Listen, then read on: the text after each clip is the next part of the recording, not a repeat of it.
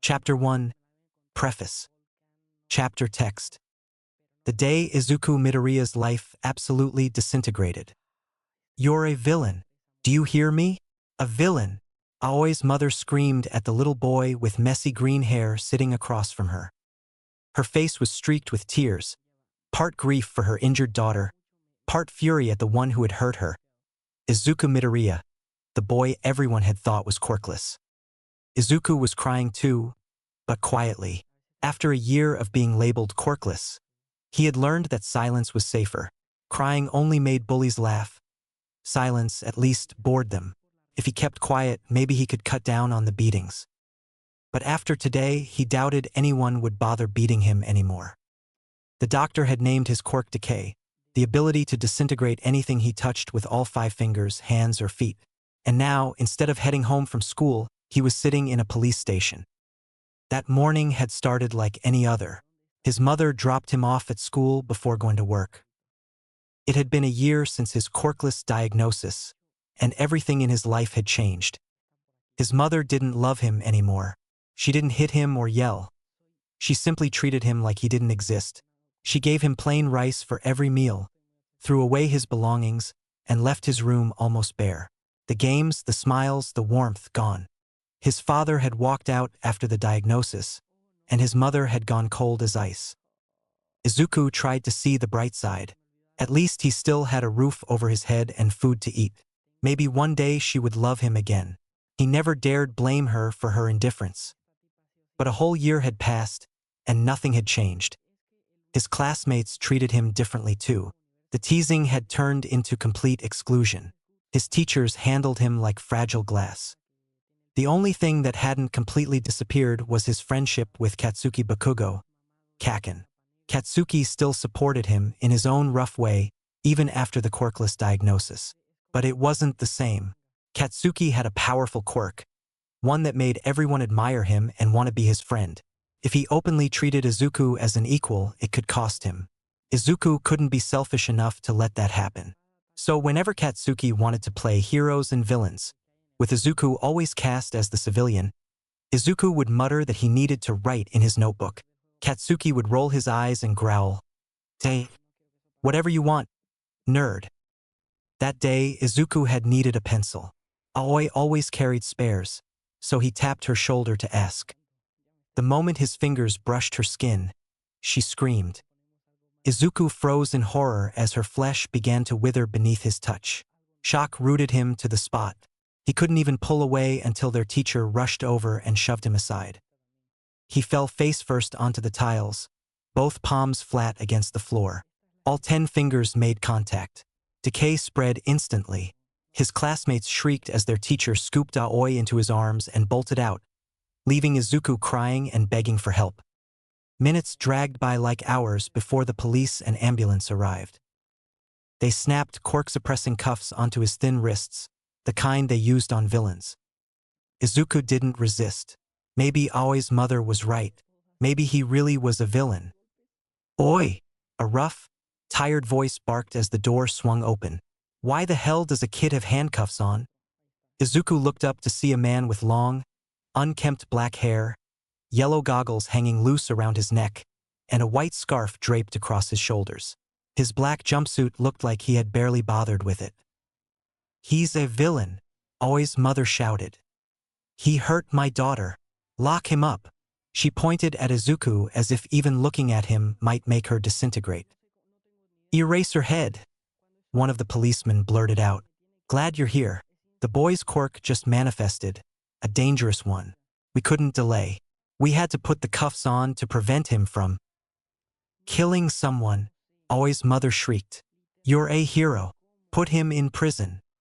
Eraserhead's hair rose around his face, his eyes glowing red with fury. "Where's the villain?" he asked flatly. The woman flinched and jabbed her finger at Izuku. Izuku kept his gaze on the floor. He didn't dare move. "Get out," Eraserhead said.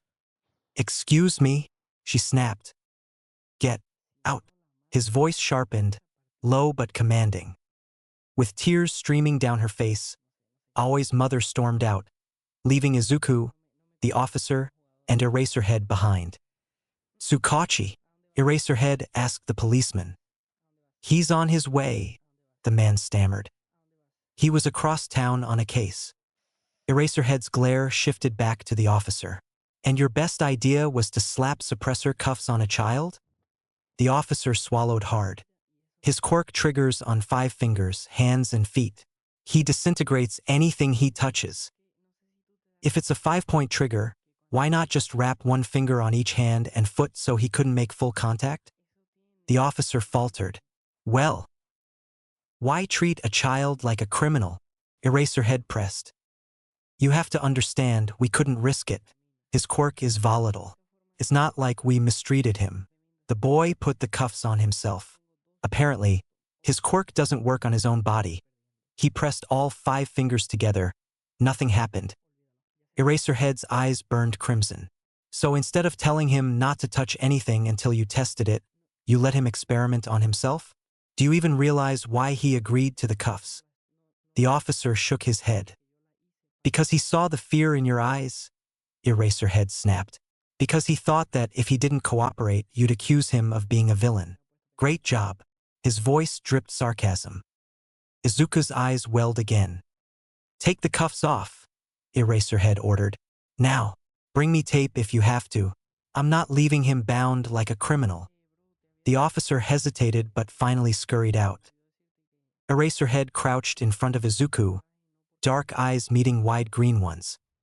Hey kiddo, he said quietly. Let's get these off you, okay? Izuku nodded. Chapter 2. The Beginning of Everything. Summary. Arc 1. Midoriya Izuku, Origin. Chapter text. Up Midoriya, the teacher barked, snapping Izuku out of his half-sleep. The first week of school had been exhausting, more than usual. Ever since his mother had abandoned him a few months ago, he'd been struggling to adjust to living alone on nothing but the allowance she sent him. It was barely enough for food and school supplies. Just the day before, Izuku had been out trying to find a part-time job to cover his own expenses. Not that it was easy. Between his quirk and his lack of physical strength, he didn't exactly look like ideal hire material. And to think he had once dreamed of being a hero. Pathetic, he told himself bitterly. Oi! Katsuki cut in, glaring at the teacher. The nerd's tired, but he's not interrupting your class. Just leave him the hell alone and teach what's on the board. The teacher dismissed Katsuki's words with a wave, turned to the blackboard, and ignored Izuku completely. Being the best friend of Aldera's star student had its perks. No one dared mess with Katsuki, and because of that, most people didn't mess with Izuku either. They might fear him, ignore him, or mock him behind his back. But no one picked fights anymore. That was something, at least. When his mother had picked him up from the police station after the accident, she had played the role of worried parent in front of the officers, then screamed at him the whole way home for the trouble he had caused. He was still wearing the duct tape Eraserhead had wrapped around 4 of his fingers. 1 on each hand, 1 on each foot, to keep decay from activating. He had already lost his favorite shoes to his quirk, crumbling into dust the instant he slipped them on. Izuku had lost his status as quirkless. Now he carried a quirk everyone whispered was villainous. But he didn't believe quirks were inherently good or bad, heroic or villainous. He believed every quirk had the potential to change the world, if used the right way. 13 had proven that to him. The Space Hero's debut had caught Izuku's attention immediately. Black Hole was destructive on paper, yet they used it for rescue work. That gave him hope. But his quirk wasn't like theirs. 13 created black holes. Izuku destroyed. Worse, decay could spread uncontrollably. If he tried to rescue someone trapped under rubble, he might end up disintegrating the person along with the debris. Izuku didn't want that. He didn't want to kill anyone. So the dream he had carried since childhood, becoming a hero like All Might, remained buried deep, cutting into him like a knife. Nerd! Katsuki yelled at him. Izuku lifted his head. Yes, Katsuki? Here. Katsuki shoved a granola bar at him. Izuku's stomach growled loudly in response. Don't think I don't notice. Auntie ditched you, didn't she? Izuku gave a small, shaky smile and tried to deflect. Let's go to the Hag and make a legal case for abandonment, Katsuki growled. She still sends money, Izuku muttered. Enough to eat and pay for school. You're supposed to be a damn genius, and you don't even realize that's a crime, Katsuki snapped. It's not like she ever laid a hand on me, Izuku murmured, fiddling with his little finger, the only one still covered by his gloves. She was just indifferent. She still is, just from farther away now. Nothing worth writing home about. Katsuki's hand sparked with a small explosion. Then come eat at my place. The Hag likes you. She won't mind you dropping by a few times a week. At least you'd eat something besides plain rice. Izuku rolled his eyes. But I like plain rice. 'Cause you haven't tried my disgustingly delicious spicy curry, Katsuki declared, puffing his chest out with pride. You're coming. Either walk with me or I'll knock you out and drag you there myself. Izuku didn't doubt he would. Fine, he sighed. After school, I'll go. You better. Nerd, Katsuki growled before tearing into his bento like it had personally offended him. Izuku quietly unwrapped the granola bar and took a bite. It was going to be a long day. You better write down that you're applying for UA's hero course. Nerd, Katsuki whispered while the teacher droned on about the importance of high school choices. It was their third year of middle school. In 10 months, the entrance exams would decide their future. When they were kids, Izuku and Katsuki had dreamed of becoming heroes together. They worshipped All Might, played heroes, and promised each other they'd make it into UA, the best school in the country. But they weren't kids anymore. Izuku couldn't afford to dream like that, not with a quirk that hurt people. Bakugo, the teacher said, looking up from his notes. I assume your application is for the UA hero course? Katsuki leaned back in his chair, smirking as he propped both feet on his desk. Obviously, I'm aiming for the top. None of these extras stand a chance. The room erupted in complaints. Katsuki ignored them, smug as ever. Izuku lowered his eyes to the application form on his desk. His first choice was still UA. But which department? Could he really write hero course? Don't kid yourselves. Fucking extras. Katsuki snapped at the class. Only me and the nerd here are even qualified to go to UA. Don't waste your time dreaming. Izuku shrank into his seat as the room burst into laughter. His face burned red with shame. Midoriya? Really? Hanako jeered. Sure, he can go to UA, Rokaru snickered. As the villain in training exercises. The teacher pretended not to hear, eyes glued to his phone. Great, Izuku thought. With that broken quirk of his, he'll kill someone. Bakugo, seriously, bro, stop hanging out with villains. You'll just have to beat him one day. Or kill him if the law doesn't prevent it. The teacher was still doing nothing. Izuku felt himself drift away, sounds blurring as his classmates' voices grew crueler. He only came back when he realized Katsuki was shouting at them to shut up, his voice raw with anger. But even then, the teacher hadn't silenced the class for Izuku's sake. He had silenced them because Katsuki had demanded it. Izuku stared at his blank form, his heart pounding. Instead of filling in hero course, he carefully wrote, in neat letters, Chapter 3, A Reunion of Two Strangers. When school ended, Izuku didn't expect to be attacked by a villain. He definitely didn't expect the villain to try and take over his body. It'll only last 45 seconds, the monster rasped as its slimy form forced itself down Izuku's throat. Izuku gagged and thrashed, lungs filling with sludge as panic clawed at his chest. Was this how he was going to die? Alone under a bridge, his body stolen by a villain? No, he didn't want to die. Not like this. The slime made his gloves slick, sliding off his hands. Terror spiked as his bare fingers were exposed. Decay itched to activate. If he touched the villain, he would hurt him. But Izuku remembered the countless hours on Dagoba Beach with Katsuki, practicing control, dusting debris into powder without causing chain reactions. He could control decay. He had to. Even so, the fear of losing control gnawed at him. One mistake, and the disintegration could spread further than he intended. He had seen it before, one careless moment during a class activity, when tape slipped off his pinky and he touched a table. Everything on it, even the chairs nearby, had crumbled into dust. The screams, the tears, the detention, they all haunted him. Now, with the villain suffocating him, he had no choice. His fingers brushed against the sludge. Decay spread instantly. The villain screamed, thrashing wildly, trying to wrench free of Izuku. The sludge that had seeped into his body clung to his organs, but even that began to rot away. The smell of dust filled his nose as the monster shrieked, half dissolving, half disintegrating. Izuku hit the ground, trembling uncontrollably, while rising in his throat. And then it was over. Decay stopped, the villain's screams cut off. Piles of half-disintegrated sludge remained scattered around him. Izuku scrambled to pull his gloves back on, fingers shaking so hard he could barely manage it. He tugged them into place with desperate precision, leaving his pinky out just in case. He couldn't bear to be barehanded. "Monster!" The villain's voice screeched, weak and warped. "Shut up!" A hoarse voice cut through, low and commanding. The villain fell silent.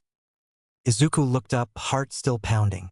Standing in front of him was a man in black, scarf draped loosely around his shoulders, tired eyes glowing faintly red. Eraserhead. Izuku's stomach dropped. They were going to arrest him. Illegal quirk use, assault, property damage. He would be sent to Tartarus, branded a villain for life. He broke into sobs. "Sorry, I'm so sorry. I didn't mean to." His drool made my gloves slip off and my fingers touched him. "I didn't mean it. Please don't put quirk suppressors on me." "What?" Eraserhead muttered, shoving sludge into a couple of empty soda bottles. "Why would I cuff you?" Izuku blinked through tears, confused. "Because my quirk is dangerous. I hurt someone. What I did, it's illegal." The man stepped closer, eyes narrowing. Recognition flickered across his face. "You're that kid," he said flatly. "Wow, you remember me," Izuku replied, surprised. Izuku's breath caught. "You remember me? Not every day you have to yell at cops to uncuff a terrified 5-year-old. His tone was dry, almost careless. "Get up, kid. You're not under arrest. You're coming with me to the hospital. Then you'll give your statement." Izuku's hands shook. "What if they don't believe me? No one ever does. They call me a liar. They call me a villain." Eraserhead's jaw tightened. "Damn quirkists," he muttered under his breath. Then softer, he said, "Don't worry. The same detective who handled your case back then is still on the job. You'll be fine." The memory hit Izuku, handcuffs digging into his wrists, panic clawing at his chest, until Eraserhead had intervened. Until that calm detective, Tsukachi, had told Aoi's parents it had been an accident. Izuku nodded, though his chest still ached. "Good. Now let's go. This sludge bastard has plenty to explain," Eraserhead said, holding up the bottled villain. "And you need a checkup." Chapter 4, Hospital. "Kid, your emergency contact isn't picking up," Eraserhead said as he walked back into the room. Izuku shifted nervously on the hospital bed. Detective Tsukachi stood nearby with his notepad, ready to take his statement. Izuku had heard about the man's quirk, the infamous human lie detector. He wanted to ask a million questions about how it worked, but this really wasn't the time to let his quirk nerd side take over. He'd only embarrass himself. "Probably Aunt Mitsuki's busy," Izuku mumbled. "But I don't think it's a problem if I give my statement without a guardian here." Eraserhead rubbed his hand over his face. "What about your parents?" The question hit like a punch. Izuku flinched. The hero noticed immediately and gave a quick signal to Tsukachi. The detective stepped closer, his tone calm. "Do you have a bad situation at home?" Izuku shook his head fast. "No. My dad left when I was little, and Mom works far away." He wasn't lying. Every word was true. His dad had left when he was 4. His mom had taken a job somewhere distant, somewhere Izuku couldn't even place. He lived alone now, but she wired him enough money to scrape by. The silence of his empty apartment didn't bother him anymore. It almost felt normal. Tsukachi gave a small nod toward Aizawa. He's telling the truth. Izuku thought they'd let it go. Of course they didn't. Did your parents abandon you? The detective asked bluntly. Izuku pressed his lips together. He didn't want to admit it, but lying was pointless. My dad did. My quirk manifested late when I was 5 instead of 4. He didn't want a quirkless kid, so he walked out. Mom stayed for a while, but then she found a better job far from here. It's demanding, so now it's just me. She sends money every month. Tsukachi looked back at Aizawa and nodded again. Who's Mitsuki Bakugo? He asked. She's a close friend of my mom. I call her Aunt. I've known her son, Katsuki, since we were in diapers. Another nod from the detective. Eraserhead grunted, ready to say something. Izuku's phone rang. He froze, clutching his backpack, praying the cheap surgeon's gloves he'd stuffed inside hadn't torn. The hospital staff had taken his old gloves away, given him a flimsy gown, and left him exposed. He hated it. The screen lit up, Katsuki. Oh no, he had completely forgotten about dinner. Katsuki was going to murder him. In fear, he pressed, answer. Stupid nerd. Katsuki's voice exploded through the speaker, so loud that Aizawa and Tsukachi turned toward the phone. Where the hell are you? You said you'd come to dinner, and I don't see your stupid ass here. Izuku gave the adults an awkward smile before speaking. Oi, Katsuki. Something came up. What the fuck, Izuku? Katsuki shouted back. The hag just got a call from a private number. Izuku sighed in relief. Thank you, Aunt Mitsuki. Well, a villain attacked me. I'm in the hospital, he said as calmly as possible. What? Mitsuki's voice boomed in the background. You heard him, hag, Katsuki yelled. The nerd's in the hospital because of a villain. I heard, brat, Mitsuki barked back. The Bakugos started yelling at each other, completely forgetting Izuku was still on the line. Izuku glanced at the pro-hero and the detective. Aizawa looked irritated. Tsukachi looked alarmed. Izuku related to both. Finally, Mitsuki's voice cut back in, calmer this time. Izuku, is the one who called me still with you? Izuku turned toward Aizawa. Yes, Auntie. He's a pro-hero. Hand him the phone, please. Sure. Izuku offered the device to Aizawa. My aunt wants to talk to you, sir. Eraserhead frowned at the phone, then took it with a sigh. Mitsuki Bakugo? That's me. Her voice crackled back. Aizawa shot Tsukachi a look that clearly meant watch the kid, then stepped out into the hall with the phone. The room fell into awkward silence. Izuku cleared his throat, rummaging through his bag. So, yes, Midoriya? The detective asked. Izuku pulled out his quirk analysis notebook number 13 and a pen. Pages full of scribbles, sketches, strategies, and quirk notes stared back at him. He quickly flipped to a blank spot and wrote, Detective Tsukachi. Would you mind answering a few questions about your quirk? The more specific, the better. The man blinked. My quirk. Izuku nodded eagerly, showing him the pages. Normally he'd be too embarrassed to share them, but Tsukachi didn't seem like the type to mock him. At worst, he'd politely refuse. The detective's eyes widened as he skimmed the notebook. Katsuki's voice echoed in Izuku's memory. Nerd, you're a damn genius. These stalker notebooks are full of stuff that could take down pros. And you're telling me you won't be a hero? Pathetic. Izuku had always thought Katsuki exaggerated, but Tsukachi's expression said otherwise. Midoriya? The detective said carefully. Do you realize how dangerous this notebook is? Izuku laughed, waving it off. Don't exaggerate, detective. It's just a hobby. Simple observations, nothing special. The man frowned deeply. No, I'm serious. Be careful with these. Izuku tilted his head in confusion. To him, they were just notes. Maybe unsettling. Sure, but not that impressive. Really, it's fine, Izuku said, flipping to the fresh page with Tsukachi's name. But could you tell me about your quirk? Please. Chapter 5 Half-Truth. Chapter Text. Aunt Mitsuki was talking to Eraserhead and the detective outside the room. Izuku could hear her muffled voice through the door, though he couldn't make out the words. Inside the room, Izuku and Katsuki just sat there, staring at each other without saying a word. It felt like the most awkward staring contest in history. "I don't get what you're doing in the UA General Department," Katsuki finally grunted. "A quirk like yours shouldn't be wasted like that." Izuku rolled his eyes. "I hurt the villain." "But you didn't have a choice," Katsuki snapped. "That bum and the detective already told you it wasn't your fault." "But it was." Izuku knew how to control the reach of his disintegration, at least he used to. He knew how destructive it could be.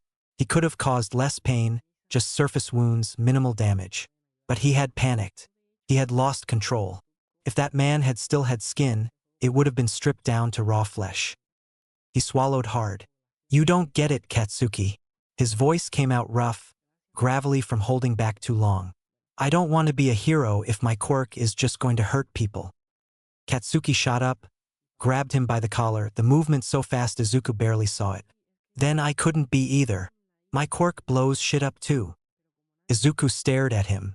For a second, he wanted to believe that comparison, that they were the same, but they weren't. Katsuki's explosions dazzled. They inspired awe.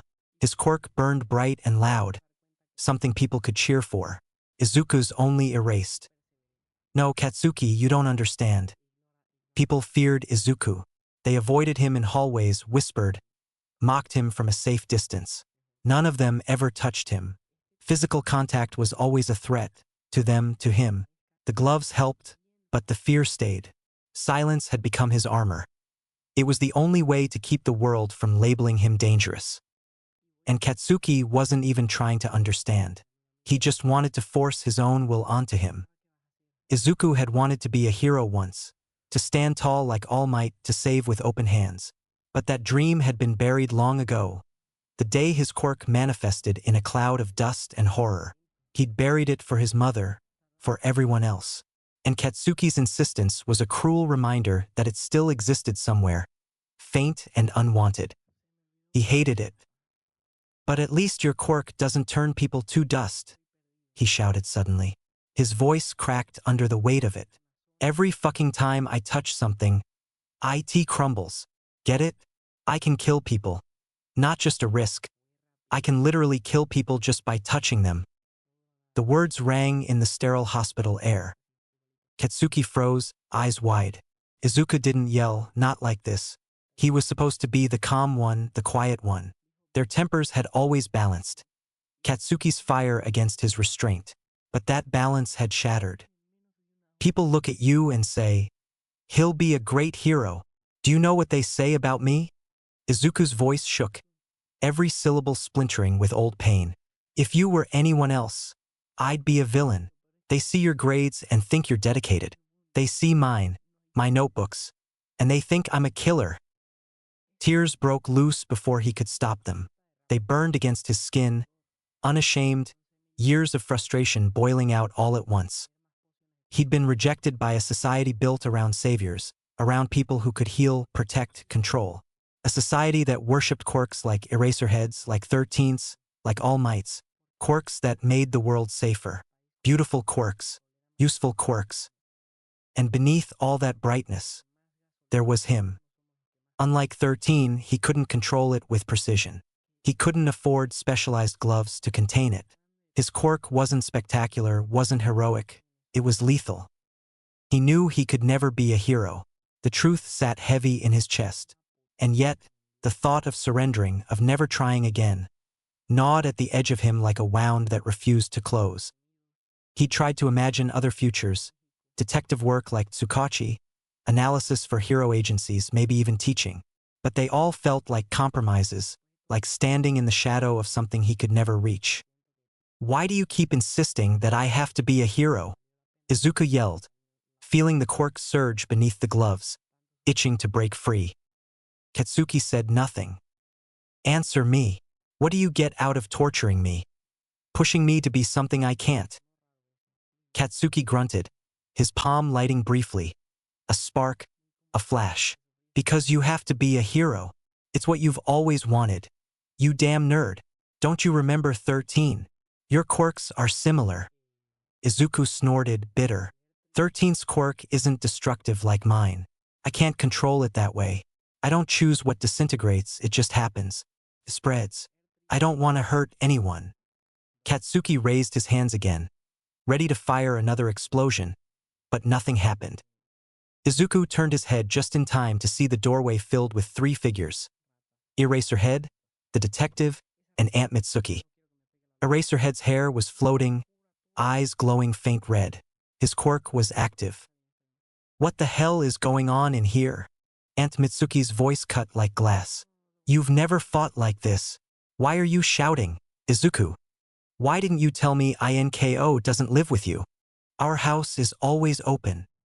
Katsuki dropped his head, guilt spreading across his features. Mitsuki's glare turned to him immediately. Why didn't you tell me anything, brat? What the hell are you doing using your quirk in a hospital? Eraserhead had to stop you. Ma'am, Tsukachi started, but Eraserhead gave him a look that said, let him speak. Izuku exhaled, shaky. Katsuki keeps telling me I should be a hero, but I don't want to. You do, Katsuki interrupted, firm, unyielding. You just keep saying your quirk's evil, that you can't. Izuku looked down at his hands. The gloves were trembling slightly. Everyone knows what it's capable of. There's no way I can be a hero with something like this. Eraserhead coughed, his gaze steady. Kid, have you heard from 13 lately? Before Izuku could answer, Katsuki butted in. I've used her as an example, but he always makes excuses. Eraserhead's glare was sharp. I was asking Midoriya. He'd just answer with more excuses, Katsuki muttered under his breath. Stop interrupting, brat. This isn't your conversation, Aunt Mitsuki snapped, fury radiating from her. Eraserhead turned back to Izuku. It wasn't your fault. You were under pressure. You lost control. It happens, even to pros. You just need to keep training, stay aware. That's all. The words landed heavily. Beneath the clinical tone, Izuku could hear something else. Permission. A lifeline. Eraserhead was telling him that even a quirk like his didn't make him irredeemable. A professional hero, one who had seen the destruction his power could cause, still didn't see him as a monster. The same man who had once saved him was saying he could still save others. That should have given Izuku hope, but he couldn't let himself feel it. Before he could find an answer, Eraserhead turned to Katsuki. And you? Why are you so hellbent on Midoriya becoming a hero? We've been friends since we were fucking toddlers, Bakugo said with a snort. He's always wanted this. Smart, stubborn. The world looks at his quirk and expects a villain. I push him because if he doesn't even try, he'll regret it forever. Izuku flinched. Katsuki wasn't wrong. Regret had always haunted the corners of his mind. The thought of what if like a quiet, constant echo. He knew how UA worked. The practical exams favored those with physical quirks. People with quirks like his had to find backdoors, the sports festival, or a teacher's recommendation. He knew he could pass. But the thought of hurting someone in the process made him sick. You're hiding something, Tsukachi said suddenly, calm but cutting. What? Katsuki and Aunt Mitsuki said at the same time. My quirk's a lie detector, the detective explained. What you just said came off strange, like a half-truth. What was Katsuki hiding? He never held back. He said what he thought, no matter who it hurt. Katsuki. Izuku's voice softened, tentative. Katsuki's eyes widened, a flicker of fear crossing his face. Izuku had never seen it before. Why do you insist so much that I have to become a hero? He asked quietly, his tone low but steady, carrying more weight than a shout. Whatever Katsuki was holding back, Izuku needed to know. After all, it wouldn't be the first bond he ever broke. Sooner or later, he could only trust himself. Katsuki swallowed hard, glanced at the adults. No help came. Izuku didn't look away. Say it, he said, his voice like glass about to crack. For once, do something I want. Don't drag me down. Say why you keep insisting I have to be a hero. Katsuki grunted. When he finally spoke, it was quieter. A quirk like yours can only help or hurt people, he said. People with that much power can't just live normal lives. They always end up choosing a side. And most don't end up on the good one. People will fear or admire you, and that messes with you, because you know you've got power. Izuku felt another tear slip down his cheek. Soundless. You're fucking smart, Katsuki went on. You've got the brain and the quirk. You could be a great hero. He'd said that before, but Izuku knew there was more. And then, quietly, Katsuki said it. But I also know that you could be a terrifying villain. Someone who could destroy everything. And if I want to be a hero, I can't let you become one. The room froze. The words hung in the air like smoke. Every gaze turned toward Izuku, even Katsuki's. Something in him went still. The tears stopped. He felt disconnected from the moment, like he was watching it from somewhere else. His chest tightened. The air in his lungs thinned. His pulse hammered in his ears. He didn't want them here, any of them. He wanted Bakugo to leave and never see him again.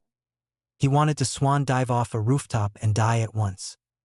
Get out, he said hoarsely. Then louder, leave me alone. Chapter 6. A New Normality. Chapter text. What am I doing here? Izuku said. You're staying here, Eraserhead repeated. Izuku rolled his eyes, a small, defensive motion. That part one understood. What I asked is why. Eraserhead exhaled through his nose. You are alone. You have a quirk that requires training. You have just suffered a traumatic experience in many ways. The sludge villain thing wasn't that traumatic, Izuku started. I mean what Bakugo Katsuki said at the hospital. The man interrupted. The sludge villain thing too. But I'm more worried about the fact that your childhood friend has accepted that he considered you a villain is not like an event that leaves you emotionally stable. Izuku hesitated. Well, the man was sincere, brutally so. It's not like I'm helpless. I've been alone my whole life. He admitted with a shrug that felt heavier than he meant it to. I know how to survive on my own, and as long as I wear gloves. Old gloves that you cut yourself to fit your quirk when there are various specialized options for sale. Eraserhead interrupted again, voice flat but firm. And seriously, boy, wouldn't you rather be able to always have your power at a low level than explode? Perhaps even by disintegrating other things, you release a little of your quirk's energy, and it becomes less lethal all the time. Izuku snorted, short, defensive again. Why do you care so much about me? Eraserhead shrugged. It's because even if you try to deny it, you're a kid, and you don't deserve what you're going through. The words sat between them like something Izuku didn't want to touch. He looked away. He wasn't used to people saying things like that, especially not meaning them. Living with Eraserhead Aizawa Shota turned out to be quite similar to what he was used to before. Both were silent. Both lived on caffeine. Both had insomnia.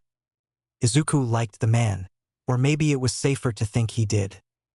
He didn't stick his nose where he wasn't called, except for the time he decided to take custody of Izuku no matter what the boy thought. But otherwise, he gave him space. Didn't push. Didn't pry. Aizawa spent most of his time outside. Izuku liked that. The apartment was quiet when it was empty, and he could pretend the world stopped for a few hours. He locked himself in the room Aizawa had given him and stayed there, half out of habit, half because he didn't know how to exist in someone else's space. In his words, "Child, if you were an intruder, I would not want you here. I offered to have your custody because I am somewhat familiar with your quirk and can help you." He couldn't help thinking that the man's hospitality was just a show of pity, something similar to what Bakugo had done. I'll be nice to him because he's a villain raising. Deep inside him, Izuku had anticipated this, but he didn't expect it to hurt so badly. He felt like an invader. Aizawa's apartment was practically empty, and the fact that the man decided to buy things for Izuku had made him feel uncomfortable. The room he had given him had been empty before, not meant to be used. But now it had a bed, a desk, and a wardrobe. Izuku refused to let him buy him new clothes. He had what he needed, But the man went to the mall and got him specialized gloves for the 5-finger activation quirks and a pair of hooded sweatshirts, plus a pair of shoes his size. What plans for high school? Aizawa spoke as they enjoyed ramen. Izuku shrugged. General education at UA. It has a good curriculum and references. Aizawa nodded. And after that? Izuku thought about it. Maybe Quirk analyst or detective. Aizawa blinked before shrugging his shoulders and returning to his food, Izuku doing the same. Child, leave homework for later. Let's go to UA. Aizawa exclaimed, heading to the bathroom. Izuku looked up from his trigonometry book. What? Let's go to UA. Aizawa repeated. Izuku put the book down and went to the hallway. The bathroom door was closed, so he leaned against it. Why? He asked, rolling his eyes. Aizawa growled from inside. To practice your quirk. Izuku rolled his eyes. I said I would go to general education. The door opened, and Aizawa came out. That doesn't excuse you from having to practice it. I have free time. I expelled my whole class. Izuku blinked. Class A? The one at the sports festival. Aizawa nodded. I'm not their classroom teacher anymore, so I'm free to help you with your quirk. Izuku growled. Am I forced to accept? Aizawa passed his hand over his face and sighed. I'm not going to force you to do anything you don't want to, but I recommend that you accept. It's to improve your quality of life seriously, but it's your decision. Izuku thought about it. Aizawa seemed seriously wanting to help him, and it would be rude to deny something to the man who had accepted him into his life. Okay, Izuku blurted out. Let's go to UA. Chapter 7. Midoriya Izuku. Chapter text. That's a quirk, Yamada said, dumbfounded as he watched Midoriya disintegrate the cement blocks in a matter of seconds. Shota nodded. And one to control, even though the boy just wants to apply to general studies. Yamada frowned. With his quirk, he would sweep the entrance exam. He feels insecure about it. He is afraid of hurting others, and he tries to retain his potential. I know he wants to be a hero even if he refuses to accept it. Shota grunted as he watched as the child became anxious around the remnants of the blocks. Panic flooded the kid's eyes. Decay escaped from the boy's hands and overflowed as it disintegrated the rest of the blocks. He's not doing it at will, he thought. It's getting out of control. So without hearing what Yamada was saying, he ran down from the observation room and activated his quirk. Decay stopped. The eyes of his ward widened in relief and surprise before turning to meet Shota. Thin tears ran down the child's freckled cheeks, and his lip moved slightly. Midoriya's breathing was ragged as his hands positioned as fists. That was going to irritate him. One of Decay's side effects on Midoriya was that if his quirk made contact with any point on his body, that area would end up irritated. Once he felt that Midoriya's quirk had slowed down, he released his. Midoriya, he asked as he watched as the kid ignored him and mechanically went to where his gloves were. His ward raised the little finger of his left hand as he carefully manipulated the glove to put it on his right. Once done, he used his right hand to put it on his left. This time, he didn't have to lift his little finger to do it. Once he had them on, the boy extended his arms and observed his hands. He began stretching and contracting his fingers, allowing the free ones to feel the material of the gloves. Maybe he believed that his quirk was going to disintegrate them, and he could no longer contain it. Seeing that nothing was happening, the child sighed before realization reached his expression. Midoriya spun around, focusing on Shota's eyes, and a rueful grimace crossed his face. No, Shota thought mentally. No, he growled as he approached Midoriya. Midoriya blinked in confusion. Excuse me? Shota ran his hand over his tired face. Don't dare apologize for losing control. You called me. Shota entered Nezu's office with his arms crossed. He had been taking Midoriya to the cafeteria to get something to eat. He was sure there was katsudon on the menu until Nezu called him through the speakers. Yamada was on his free period, so he led his ward to his noisy friend and asked him to watch Midoriya while he went to confront the rat. The child had an uncomfortable expression as the voice hero nodded. He knew the boy had a hard time trusting people. It had taken several days after the hospital incident for Midoriya to decide to strike up a conversation with him. The child had not opened. It was understandable. The child didn't trust adults. Now, after his childhood best friend confessed that their friendship was based on preventing his ward from becoming a villain, the boy didn't trust anyone. "I have a few things to figure out," he had said. "I'll be back once I'm done." The kid had nodded, trying to stay calm, and turned in Yamada's direction as Shota had left the office. The Chimera grinned. "T." Shota shook his head as the headmaster motioned for him to sit on the chair. He did it slowly while his eyes did not leave Nezu's movements. "He wants something," he thought. "I see it in those eyes." "What's the reason?" he asked dryly as he watched the rat drink some of his tea. "You usually call me before or after school." Nezu put his cup in front of him and nodded calmly. "I called you because I found that pupil of yours curious," he said with a wide and sadistic smile that, along with his high-pitched voice, could only be described as terrifying. "Midoriya's situation is special. I appointed as his guardian before the investigations of his mother for neglect and child abandonment, the sludge villain and Quirk discrimination," Nezu said, amused. "I found out about his notebooks," the rat blurted out. "He is a brilliant boy with a powerful quirk." Shota nodded. "He wants to be a detective or quirk analyst." He repeated what Midoriya had told him without believing it at all. No matter how much the child said, no matter how much he confirmed it, Midoriya Izuku couldn't lie to himself, much less to others. The Chimera seemed to agree. "Interesting. What will you do with him once the investigations are over?" Shota blinked in confusion. "Excuse me?" Nezu smiled after seeing that he had caught him off guard. "Where will he go? Orphanage? Foster home? Family, friends?" The child would suffer in orphanages and foster homes. Most likely, treated as a threat to the safety of other children, forced to retain his quirk, or forced to use quirk suppressants. Family, friends? The boy's father had abandoned him when he was misdiagnosed quirkless about 10 years ago, and Shota was sure that, after the hospital disaster, Midoriya was in no condition to live with the Bakugo. The child wouldn't want to either. Shota looked at the rat questioningly. "Where are you going with this?" he asked threateningly. The rat's smile only grew. "If he enters here, he has the option of becoming a UA ward, so he would quietly have to say goodbye to his upbringing." Shota didn't understand the point. The investigations would last long enough until Midoriya attended UA, long enough for the kid not to enter the adoption system. He didn't doubt that the boy would pass the entrance exam.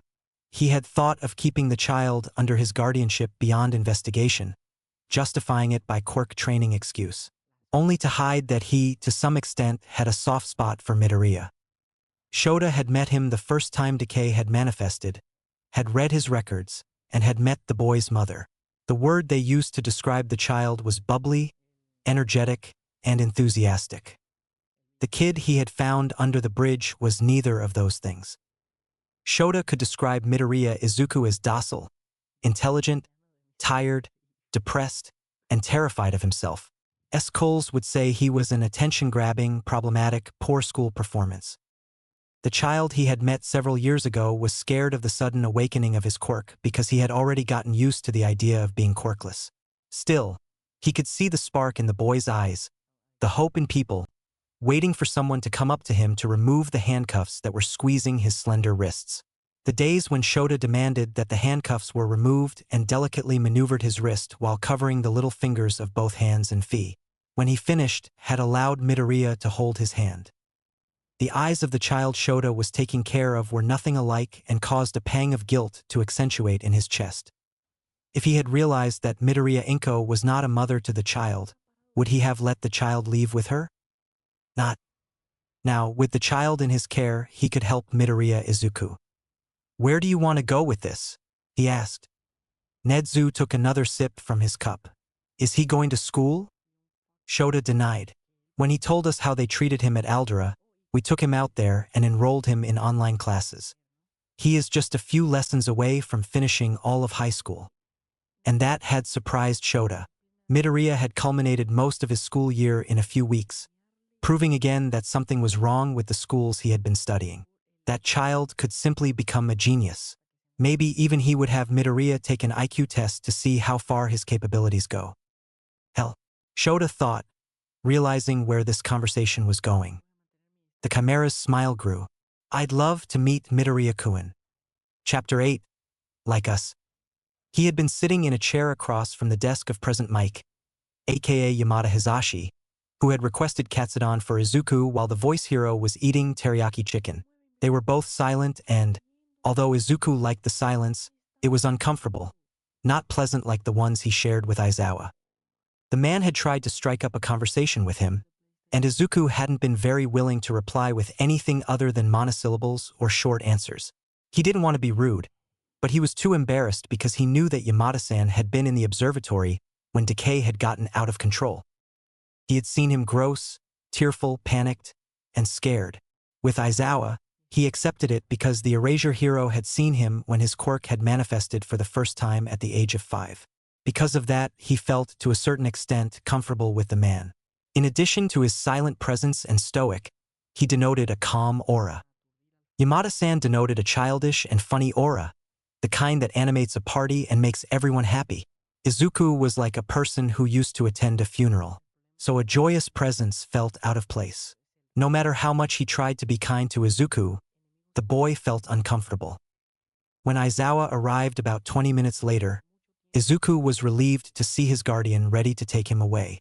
Aizawa thanked Yamada-san for keeping an eye on him and making him eat. "Don't worry, Shota," Yamada-san said quietly. The little listener was good. Aizawa-san grunted in agreement, and his eyes focused on Izuku, who was preparing to leave. "Nedzu wants to meet you." Principal Nedzu, one of the brightest minds in the world. That Nedzu, the principal of UA? Yamada-san coughed. "Are you sure the rat's intentions are good?" he asked, and Izuku could see that he was slightly shaking. "Little listener, Nedzu is the creepiest being there." Izuku shrugged. "Then don't go against his will," he said, and Aizawa snorted as Yamada's eyes widened in panic. "You have a death wish, don't you?" he asked jokingly. Izuku grimaced. Maybe yes, maybe not. Definitely, Izuku had a death wish, but they didn't need him to admit it, and Izuku wasn't planning on doing it. If he said no, Aizawa wouldn't believe him because the man already had an idea of Izuku's self-loathing. In addition to his diagnosed depression, anxiety, and emotional instability, that they were going to start the therapy with Hound Dog. In the words of Aizawa, "You cannot cure them only with antidepressants. Therapy helps a lot, and hopefully you'll be able to do without them." If he said yes, Aizawa would try to put him in bubble wrap, or at least his desire to do so would increase. Izuku wasn't made of glass. Glass, before being it, is silica sand, which has a texture similar to dust and other compounds, which are heated to 1,500 degrees Celsius to obtain it. Izuku was made of dust and other compounds. All the shit that he had experienced was the heat, which increased and began to fuse all that. Izuku was still like dust. Despite everything, he hadn't turned into something as fragile as glass. The day that Izuku turned into glass would be the day that he could no longer get up. Death would reach out to him and whisper in his ear beautiful words and promises of a next life where he no longer had a quirk like decay. A place where he wouldn't have to deal with it. He hoped never to turn into glass. Maybe this change of normality was what it took to not reach that state. "You are a joker," Yamada-san snorted. "Just like you, Shota." Aizawa grunted again before nodding. "Thanks again." He turned on his heel and went to the door. "Let's go see Nedzu, child. You are warned." Izuku shrugged as he picked up his jacket. "It wouldn't be the worst thing I've been involved in," he said, approaching his tutor before turning his gaze to Yamada-san. "Sorry to be cutting. I don't usually talk much. Thanks for the katsudon and try." Yamada-san spread a smile. "Don't worry, little listener. Good luck with the rat. I hope to see you again." The left side of Izuku's lip lifted a bit, resulting in a kind of crooked smile. "Anyway, Yamada-san," he said before walking through the door behind his guardian. The time Izuku Midoriya met Principal Nedzu could be described as the strangest experience he had in his 14, soon 15, years of life. When they got to the office, Izuku was trying to stay calm after his typical tired expression. Inside him, he was trembling, not with fear like Yamada-san, but with excitement. He had dreamed of going to UA since he was a child and had learned that All Might had studied there, the best school for heroes. Now things had changed, and his childhood dream of being a hero had turned into agony. He had decided to sweep it under the rug, which he did with the dust. Decay had turned his dream of being a hero to dust like everything Izuku touched. As society hid all its ills under the flashy and outlandish exploits of daylight heroes, Izuku swept the dust of his childhood dreams under the excuse of a false dream, maybe being a Quirk detective or analyst. He wouldn't hate being either of those two, it wouldn't be as exciting as being a hero, but he would live in peace. Would it have been better to continue Quirkless? He knew about the high rates of Quirkless suicide worldwide, especially in a country like Japan. He had had a Quirkless friend before his Quirkless diagnosis. Sadly, the boy's family had moved after Izuku's 6th birthday, and they had not kept in contact since then. He had been looking for him in the news headlines. Maybe he could have killed himself, but he hadn't seen his first name and, if he was honest, he no longer remembered his face or last name. There were many gaps in his memory, blank spots that did not allow the fluidity of his memories. The psychologist had said that it was a kind of response from his mind to take care of post-traumatic stress. Izuku had tried to argue that he didn't have PTSD, but after being told that Quirk discrimination, parental neglect, bullying, etc. were important factors for him to develop something like that. Am I a dog, bear, or mouse? No one knows. Nedzu appeared animate as soon as he entered with Aizawa, raising his paw for Izuku to shake it. Izuku blinked in confusion. "You're a stoat, sir," he said, reaching out his hand and shaking it. Nedzu's smile widened, and Aizawa narrowed his eyes. "What?" the man asked, looking at the chimera. Izuku shrugged. "He's a stoat." Nedzu laughed.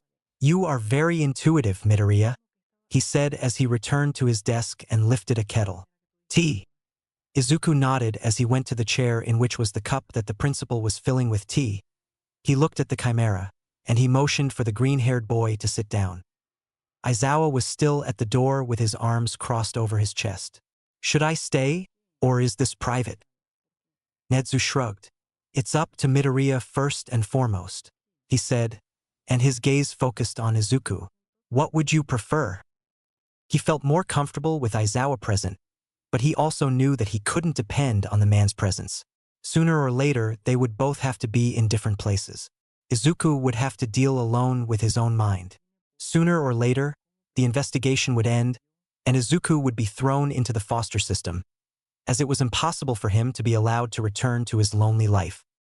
He had to detach, not attach. "If it's not a bother, I'd like to talk alone," he replied as he shot a glance at Aizawa. A gleam of betrayal crossed the man's eyes, but he finally said, "If you need anything, let me know, child." Izuku nodded. "Thank you, Aizawa-san." "You're welcome," Aizawa finally said before closing the door.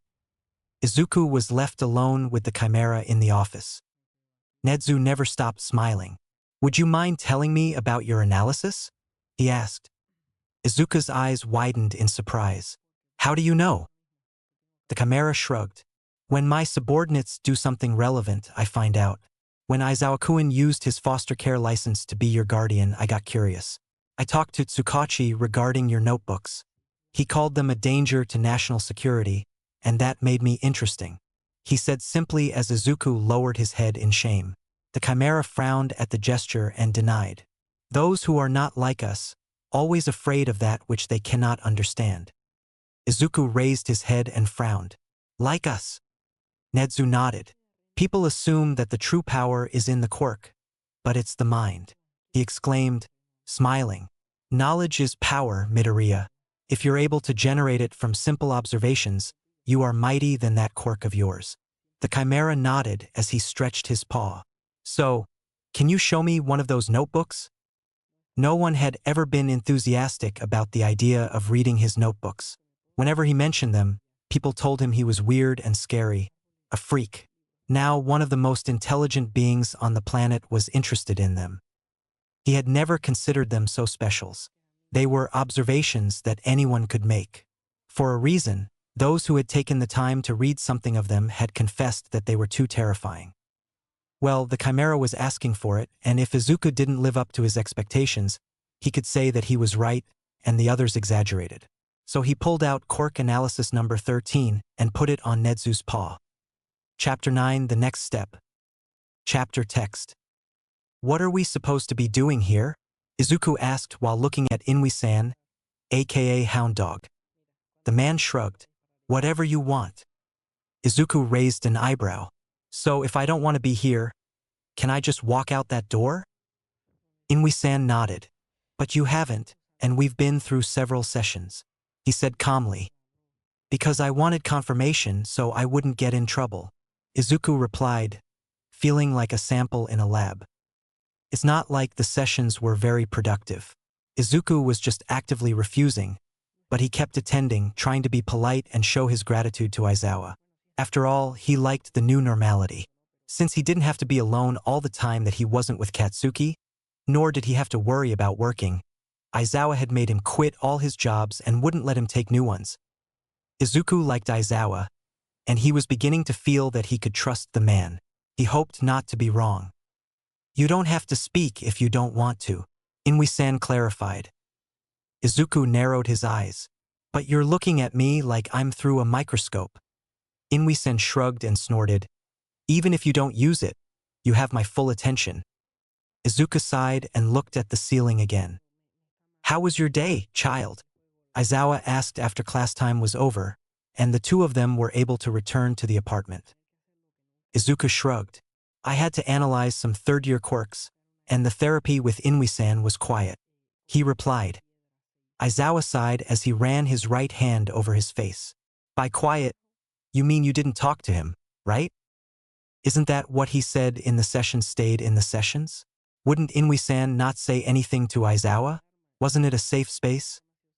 Izuku growled. How do you know? Aizawa snorted.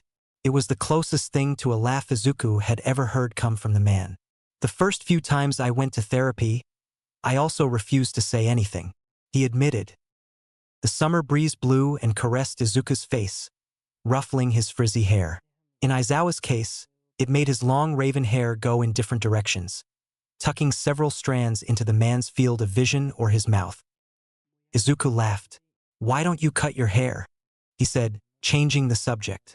Izuku didn't want to talk about therapy anymore because Aizawa was able to figure it out without being a therapist. Don't try to divert the focus of attention, the man growled. We are talking about you, problem child. Problem child. It was a nickname Aizawa had given him, and even though it sounded bad, it didn't mean anything like that. Rather, it was a way of describing Izuku's apparent aura of troublesome attraction. Nothing similar to what it meant to the people of Aldera or even his parents.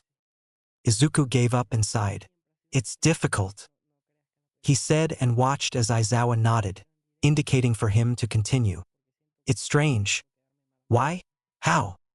Aizawa looked at him with a frown before growling. Because you are a child, and children need someone to take care of them, he replied calmly. They both kept walking in the direction of the train. Children should not be looking for work or worrying about what they will eat. No person should be seen as someone who is not because of something they cannot control. Before Izuku knew it, Aizawa's hand was on the curly mess of his hair and was starting to run her fingers through his.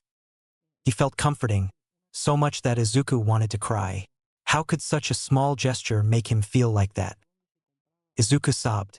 I really want to get better, but I always go back to my dark place. Aizawa stopped, and Izuku did the same. The man turned to see Izuku and squatted in front of him. I'm going back to my dark place too, he admitted in his hoarse voice. But there are things that motivate me to get out of there. Like what? He knew that Aizawa had friends or at least people who cared about him. For example, Yamada-san was one of his acquaintances from high school, but him? Abandoned by his father at 4 years old. His mother had gone from a completely loving and emotional attitude to an apathetic one from one moment to the next. The Bakugos, the closest thing to a family he had since then, the more likely they were afraid that he would become a villain, or at least in Katsuki's own words. Who did Izuku have? What did Izuku have? What could help him get out of the dark place? Aizawa must have been wary of Izuku's thoughts because the man placed his hand on the greenette's shoulder and sighed. Listen to me. You're not alone anymore, he said, and Izuku began to feel glassy eyes. There are people who care about you, and will be willing to extend our hand when you ask for. The words were sincere. Izuku felt that they were and wanted to believe that they were. When you are in your dark place, I promise that I will come to take you out of there, he finished, and Izuku knew that tears were rolling down his face.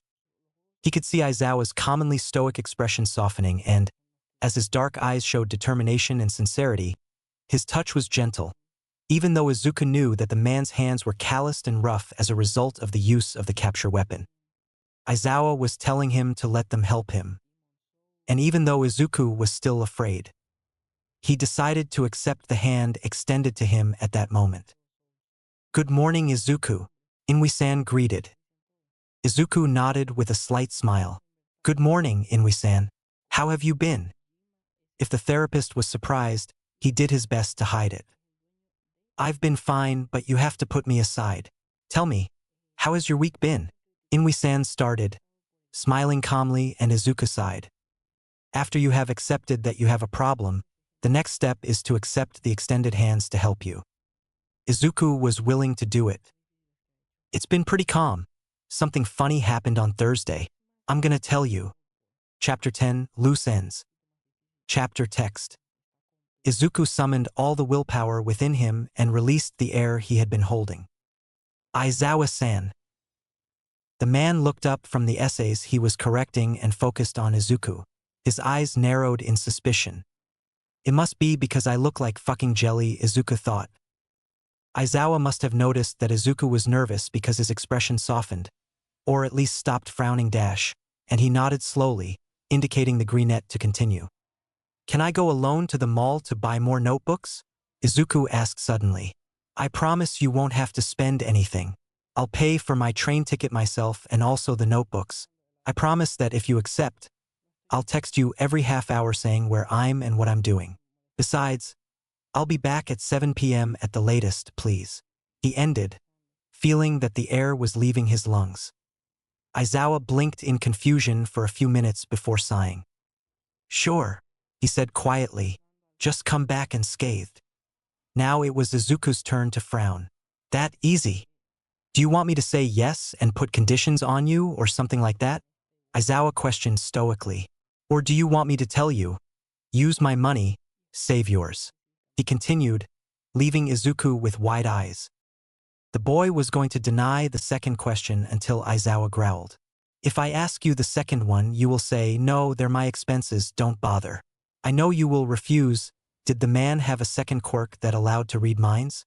Before he could ask, Aizawa rolled his eyes. I'm an underground hero. Knowing how to read people is part of the job. Are you sure? Izuku asked, running his fingers down the sleeve of his knitted sweater. Nothing.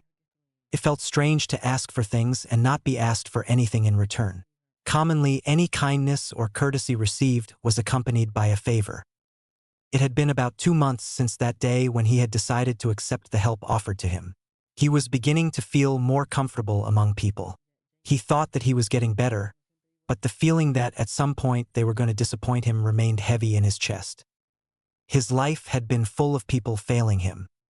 As much as in his heart, there was a hope that this time was going to be different. His head kept torturing him with scenarios where those he was beginning to trust would turn their back on him. They will notice that he was a waste of time, a villain rising. His head was still treacherous to him. Inui-san had told him that it was common for people like Izuku. His thoughts would still linger because they had been accompanying him from an early age. The distrust generated an imminent waiting for abandonment. Aizawa had told him that he would bring him out of his dark place when he returned. Until that moment, he did it. On nightmare nights, Aizawa had woken him up, and on bad days, Aizawa had accompanied him while he gave him space. Who would take so much effort for something that it was going to abandon? His head was reasoning considering Inui-san's words. Mothers who carry their children in their wombs for 9 months and then abandon them. Dark thoughts covered the voice of his psychologist. Even so, he still felt that it was rude to ask Aizawa for things. The man had taken his guardianship and offered Izuku a place to stay and not be alone. A way out of his dark place, food, medical attention, a psychologist, and even furniture and clothes. "Are you sure you don't need me to buy or do something?" Izuku asked. Aizawa growled. "I would tell you no, but you will keep asking until I say yes," he said, running a hand over his face before getting up, going to the kitchen, which he never used, and opening the drawer where he kept the money. Izuku was going to refuse, telling him that he was going to pay, but Aizawa grunted. "Just as you want to pay for your expenses, I will pay for mine," he said stoically, giving him some bills. "This is for you to buy me." He went to the small refrigerator and took out one of the packages of jelly. It was the second of the 3 liquids that Aizawa drank. In the first place was the coffee, and in the third place was the water. "Some packets of these, the ones I can afford. If you find grapefruit, it would be fine." Izuku nodded. "Thank you, Aizawa-san," he exclaimed. "I'll go change. I'll be out in a few minutes." His guardian nodded. "Remember not to get killed, problem child," he said, and his attention returned to the papers on the table. Izuku smiled slightly and turned in the direction of his room. "Stocking up for the next trimester?" the light blue-haired cashier amused asked. "You arrived in good time. Prices start to go up in a few weeks." It wasn't for school. Izuku thought. "I finished it already." Instead of saying that, Izuku nodded with a slight smile. "You don't talk much, do you?" she replied, curiosity shining from her eyes. Izuku shook his head as he arranged the notebooks in the backpack that he had brought because he hated using bags. The girl's eyes focused on his gloved hands, and she screeched, "Is it a 5-point touch quirk?" Izuku shifted uncomfortably in his place. His brain warned, too many questions. He wanted to run away, but it would be rude, right? So he just nodded again. Apparently, the girl noticed that Izuku was anxiously moving because she sighed. "Excuse me, I like to ask a lot of questions. I'm curious. Also, people have told me that I have a lot of energy. Do you think that, don't you?" "Would it be rude to say yes?" she had asked. So, Izuku nodded before sighing. "Don't worry, I don't like talking, and I look like a zombie, so I'm not the one to tell you whether or not you have a lot of energy," he replied slowly. "Sorry if I was rude." The girl shook her head and smiled. "Not at all," she exclaimed outrageously, drawing the attention of the other customers. She shrugged and handed him the ballot. "Thank you for shopping with us. Nice to meet you." Izuku smiled as he put his backpack on his shoulders, nodded slightly, and left the store. There were many options of Aizawa's packaged jelly, from strawberry to tomato, but there was no fucking grapefruit. He was looking for one of the managers to ask. Maybe they had any packages of that flavor in the store's warehouse. But he got into a panic when his eyes met an ash-blonde hair that he perfectly recognized. Shit, he thought and headed for the exit. It's early. Other stores sell the packages. Fate didn't listen to his pleas. "Izuku," a female voice called out to him. "It's Aunt Mitsuki," he thought, feeling the air return something to his lungs. It's not Katsuki.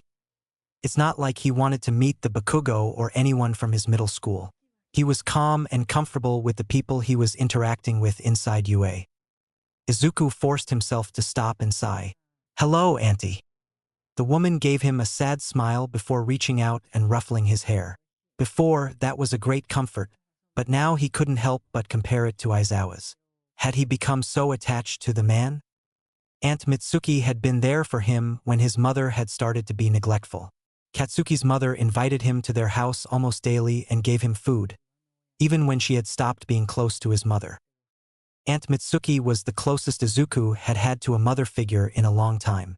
It hurt that he always should remember to his mind that the woman was not his mother. She was Katsuki's. Izuku knew that Aunt Mitsuki had yelled at Katsuki after the hospital incident. She had been furious at what Katsuki had said. Izuku wanted to believe that she didn't see him the way her son did, but he still felt confused about how he felt about her. Why the fuck did you say that to Izuku? She had yelled at her son. Why the fuck did you say it that way? You know Izuku would never do anything like that. Katsuki had snorted. It's because we've been there for him, he replied without his characteristic screams. He has all the potential of a villain. That's why he must be a hero. To avoid that, I've been his friend, so he doesn't become a dash. Izuku felt the slap that Aunt Mitsuki had given Katsuki from the way it had resonated. You know him since you are babies, she claimed, and that's how you see him, like a villain. He's practically your brother. And I see him that way, but I also know that a quirk as powerful as his is dangerous, no matter which hands it's in. The nerd himself said it. His quirk is destructive. If he uses it like 13, there's nothing to fear. But I have seen him using it, Katsuki yelled. That thing seems to have a life of its own. And when Izuku uses it, it's like destruction gives him pleasure. That's why we trained it. So he doesn't become a monster. It hurts me to see that you talk about Izuku like that, Aunt Mitsuki replied with a cracking voice. A tone of disappointment was cast in it. Go back home, Katsuki. I'll take care of this from here. And that was how Katsuki had left the hospital. After that, Aunt Mitsuki had agreed to let Izuku stay with Aizawa while the investigation against his mother unfolded. She even had taken the trouble to make the complaint. Inui-san had told him that it would take a while to be clear about his feelings and emotions. It would take a while to heal. That was fine. Izuku was going to be okay. Izuku hoped he wasn't wrong. What are you doing here? She asked as she shoved a carton of milk into her cart. Izuku pointed to the showcase full of packaged jellies. Aizawa-san asked me to go for some of those, but I can't get the flavor he likes, so I was going to go to another store. It's still early. He felt the anxiety crawling its way to his throat while his hands were tightening the straps of his backpack. It had been a while since he had seen her. Aunt Mitsuki nodded before sighing. How have you been? She asked. Have you been eating? How's the new school going? You've grown a few inches. Are they treating you well? Izuku got mixed up by so many questions. Fortunately, he had grasped what was necessary. I've been fine. Lunch rush food is delicious. I finished the school year online. They are nice. I'm going to therapy, he replied, giving the woman a calm smile. Aunt Mitsuki's features softened, and she smiled. I'm happy for you, Izuku. I'm really sorry about what happened at the hospital. Katsuki is also undergoing therapy. I know it may seem uncomfortable, but I want you to know that our house is always open for you. Get it? Izuku hummed before finally nodding. It's been nice, Auntie, but I have to go, he said as he slowly walked away. Say hello to Uncle Masaru from my part. Aunt Mitsuki gave him a sad smile before nodding. Give my regards to Aizawa-san too, she said to him. Take care, Izuku. Izuku sighed and headed out of the store. It had been somewhat uncomfortable, but he felt calmer. Maybe it was one of the loose ends Inui-san told me about. Izuku thought as he left the establishment. Chapter 11, To Err is Human. When the first term of UA classes ended, Aizawa had told him about a summer camp that the children of the hero class would attend. Therefore, he would also go even though the man was no longer their classroom teacher. According to Izuku's observations of the sports festivals and the analysis task Nedzu had left him, most of the students in Class A had quite volatile and unwieldy quirks. Those in Class B had quirks that required technique to be helpful in the heroic field. Of course, there were exceptions. But Aizawa had told him that Nedzu typically gave each first-year teacher 7 students, 2 for recommendation and 5 for the regular exam, and then they divided the rest. Aizawa was the teacher with the highest number of expulsions in the history of UA, but he always ended up re-enrolling most of the students.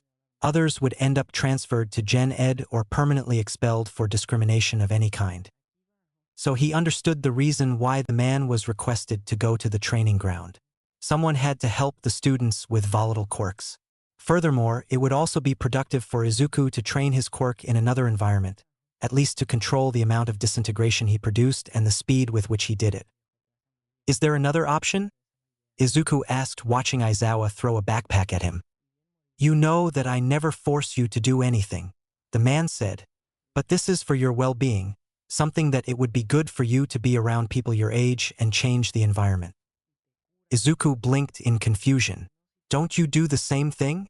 He asked with a small shit-eating smile. Why can't I follow your example? Izuku expected the man to respond sarcastically with his typical listless tone. That didn't happen. Aizawa narrowed his eyes and groaned. Trust me, child. He replied. You don't want to be like me. The days passed since that conversation, and they had quietly decided to pretend it never happened. Things seemed to be going the same way. Aizawa was going to UA to finish a few things before the training camp, and Izuku was attending a few extra lessons with Nezu. The hero carried out his patrols as usual, and Izuku read or watched television until sleep caught up with him. Izuku was still confused by Aizawa's reaction. It had been abrupt, and with the words of "you don't want to be like me," he had left the room, leaving the boy alone. Obviously, Izuku didn't want to be like Aizawa, or at least in every way. He didn't want to have long hair or be a hero. Well, that was a lie.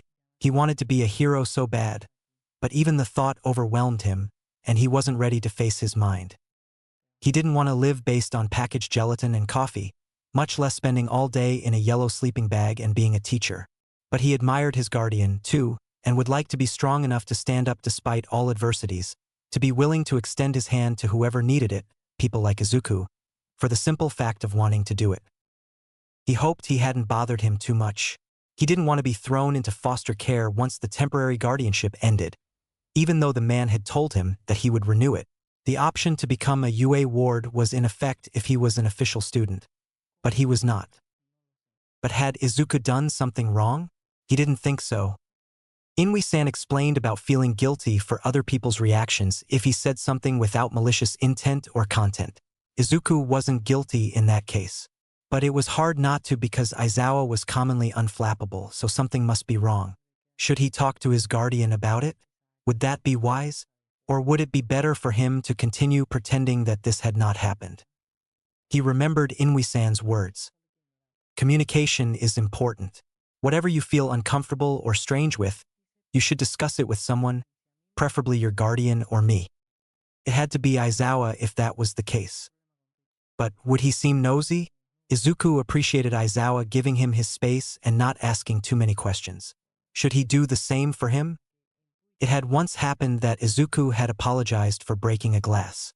He had had a panic attack and said "I'm sorry" so many times that, according to Aizawa, it seemed like he was going to explode if he didn't say it. Once he had returned it to Earth, Aizawa had told him, "You must not apologize for accidents. It's not as if you have control over them to avoid them." Izuku had shaken his head. "I could have been more careful." Aizawa had hummed a bit before sighing. "Yes, you could, but your quirk doesn't control physics, right?" he asked, Izuku frowning at the question. "There are things for which children like you dash." "I'm not a child," Izuku interrupted. "I stopped being a child a long time ago."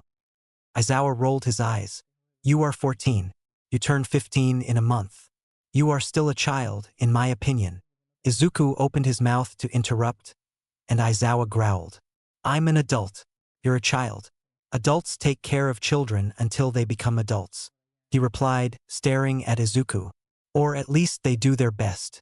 Adults try to guide children to the right path, or at least the good ones. Children can commit mistakes, and it's not like we have to demonize them because to err is human. Adults make mistakes too, but nobody likes when they get wrong," he said and stood in front of Izuku, dark eyes connected to Viridian's. "When I make a mistake, I will have to accept it, and if I don't, I hope you will let me know. The same with you." Had Aizawa made a mistake? Izuku didn't think so. He must have lost too much time in his head because, at that moment, he felt a light hit on his green curls. "Oi, child." Aizawa caught his attention. His chopsticks were in his right hand, and in front of both were 2 bowls of yaki udon. "Everything okay?" Should he do it? He had just asked Izuku. Finally, he gave in to his uncertainty. "You don't have to answer if you don't want to," he began as he took his chopsticks and began to mix his food. "But A few days ago, we had that conversation in which you told me that I wouldn't want to be like you, and I felt like that you felt uncomfortable when I said that. If it's not annoying, why? Aizawa grunted and ran his hand across his face. You feel guilty for me reacting, don't you? Izuku hummed before nodding. Maybe sometimes I talk too much dash. Aizawa rolled his eyes and shook his head. No, don't apologize less for that. You didn't mean it badly. It wasn't even a bad thing, he said firmly before picking up a couple of noodles with his chopsticks and putting them in his mouth. So, what was bothered you? Izuku asked. If you don't mind explaining it to me. His guardian took some water before sighing. You and I are alike in many ways, and that worries me, he admitted. When I was in my second year and I was transferring from general studies, it happened that a friend of mine passed away. His name was Shirakumo. Did Aizawa lose a friend? That must be hard and traumatic. As a result, I blamed myself. I overextended myself. I worked day and night without rest. I pushed everyone away. I made bad decisions, and I still do. I still have a lot to learn. Izuku, confused, blinked because he didn't fully understand what he was trying to tell him. Aizawa never spoke much about himself, except what was necessary for certain things in the department. Why did he open up so suddenly? His guardian must have noticed his confusion. I tell you this because I'm not the best role model, child. I still keep making the same mistakes as a person and teacher. I let my problems affect me and others. I wouldn't like the same to happen to you, he replied, taking another sip of his glass of water. You are young, and I want to help you. I hope I am doing well, just dash. You told me that to err is human, Izuku interrupted. Mistakes don't take away all the good deeds you do or define you. They are part of us, and accepting them helps us grow, he said. You have helped me a lot. You told me that I should accept the extended hands before me, he exclaimed and put his chopsticks on his napkin and extended his gloved hand to the man. Then, please, accept mine as my thanks for all that you have done for me, or Yamada's. You're not alone. Izuku wanted to laugh. The atmosphere was weird. He had given the most motivational speech of his short life, and he was trying to support the person helping him. Also, the expression on the man's face didn't help. It was the most notorious emotion he had ever seen in Aizawa's face, and it was because of shock. Would he be disrespectful if he laughed? Would that take away the seriousness of the matter? His guardian's eyes were wide open. His mouth, usually closed in a fine line, was ajar. Fortunately, Aizawa was the one who snorted, and Izuku allowed himself to laugh. Sorry, he said, laughing. But your face. His guardian didn't laugh, but he could see a slight hint of a smile peeking out. Only you, problem child, could use my words against me, Aizawa said, and his hand took Izuku's and squeezed it. Let's do the best we can. Plus ultra? Izuku nodded. Plus ultra. Chapter 12. Hell, not literally, but it seems. Did you really leave them in the middle of the road? Izuku asked, watching as the silhouettes of the students vanished as the bus sped forward. Yes, Aizawa said slowly. If they are studying to be heroes, they will arrive unscathed.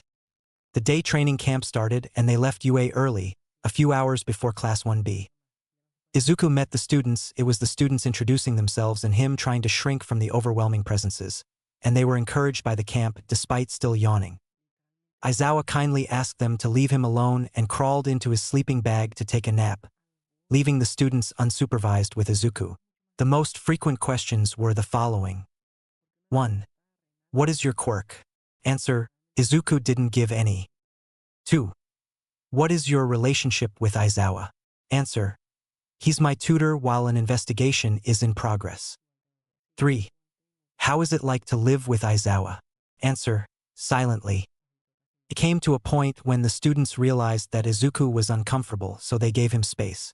The green-haired boy silently thanked them. It had been an hour before Aizawa made the bus stop, and the students got off under the guise of rest stop. He gave Izuku a silent look that meant don't move, and the green-haired boy remained firmly in his seat. When the last student, Fua Moata, a girl who wore fluffy earrings, wandered far enough away, Aizawa motioned the driver forward and threw a map at the students from the window.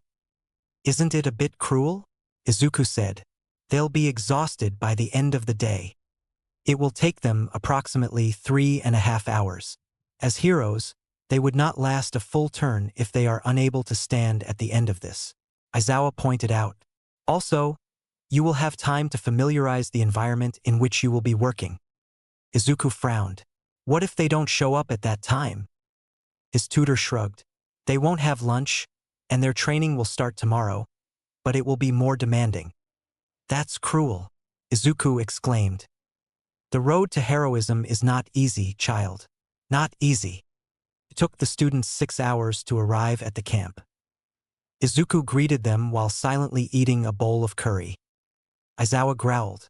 It took you 2.5 hours longer than anticipated, he said. Why? The students saw him furious. Their clothes were worn and full of dirt, others had twigs in their hair, and some were missing pieces of clothing such as shoes, earrings, or sleeves.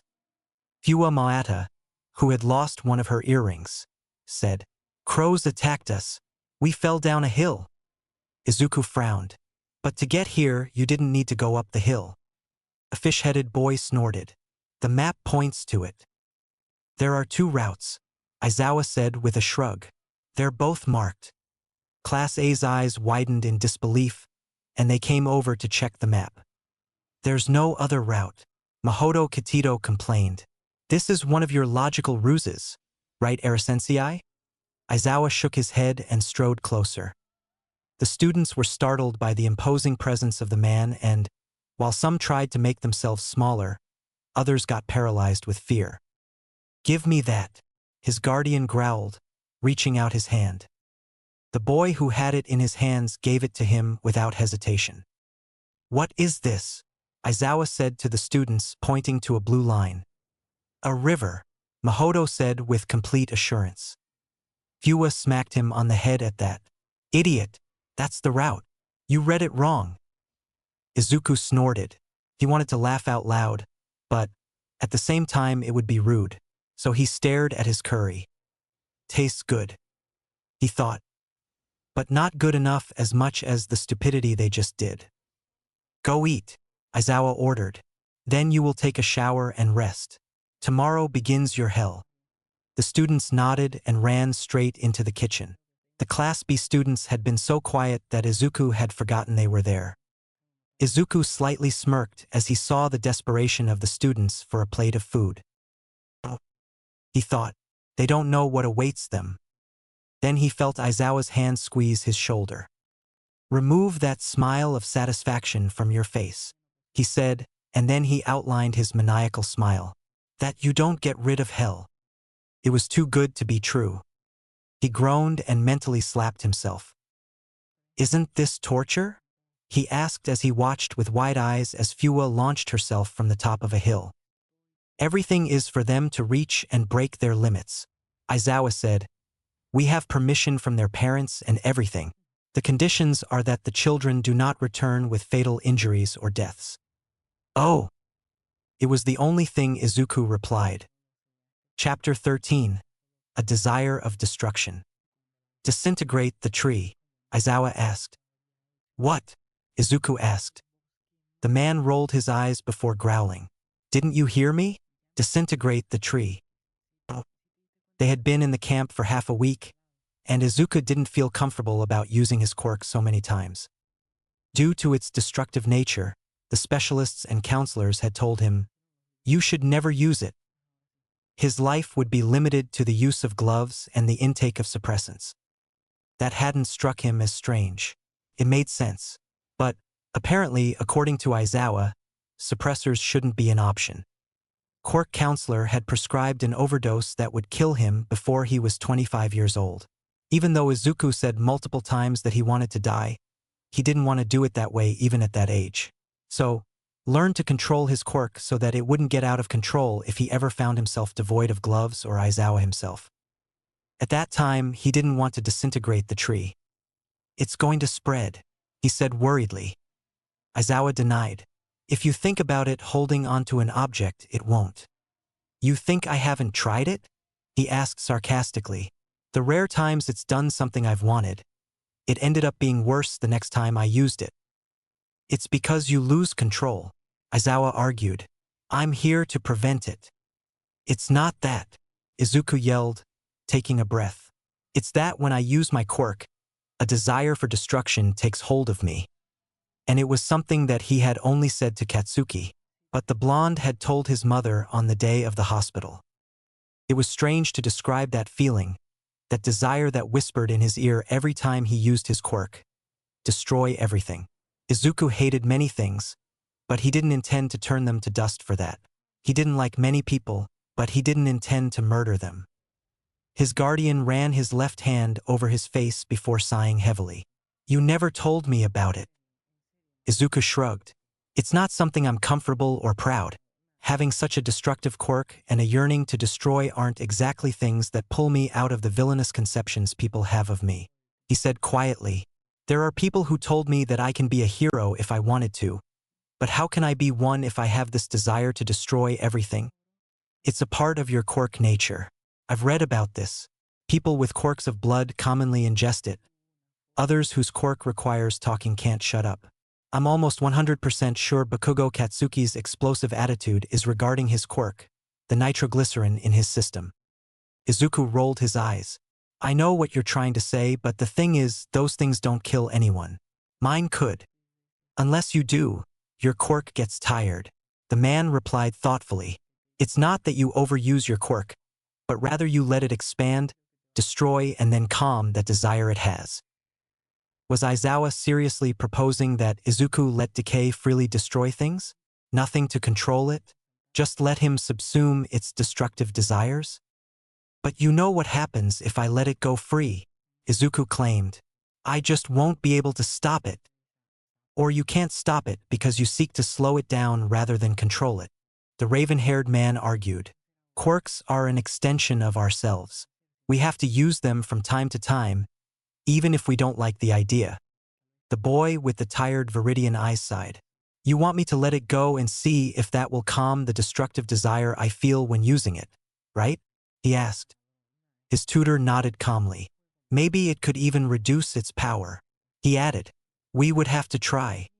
The first time Izuku Midoriya used his quirk, it was not pleasant, although on second thought, when had using his quirk been pleasant? The rational part of his brain hated it. He screamed and screamed when he felt decay reach out and turn what he touched into dust. But the instinctual part, the quirk nature, cried out a burning desire to destroy, as if his quirk had a mind of its own. Izuku was terrified that this desire would take hold of him, that he could not stop it and end up destroying everything. Would it be different if someone else had decay? Perhaps that person would not have that destructive desire, or it would be more intense. What was wrong with Izuku? Izuku was broken, wasn't he? Maybe other circumstances had affected his life. What if he had killed Aoi instead of hurting her? Disintegrated to the Bakugos? His mother? The mere thought of those possibilities made him completely sick. Child, breathe. Aizawa's voice sounded far away. Breathe. What if this got out of control and ended up disintegrating Aizawa and the entire UA Hero course? What if this ended up disintegrating the forest? What if this ended up disintegrating Japan? Child, the voice of his guardian yelled. You haven't done anything. They had started with Aizawa's proposal, and Izuku had felt dizzy when he saw decay disintegrate the tree. The trunk turned into dust. The tree leaves completely collapsed as there was nothing to support them. He remembered the kindergarten floor destroyed, scared children screaming, the teacher leaving him alone and calling the police, Aoi's mother yelling at him, the words spat out with hatred, the sound of the door closing the last time he saw his mom, Katsuki's words at the hospital. He hated his quirk. The therapy had been good in helping him with his feelings of self-loathing, but he knew that Inui-san was trying to make him feel more comfortable with his quirk. Izuku fell for it. His quirk destroyed everything in his path.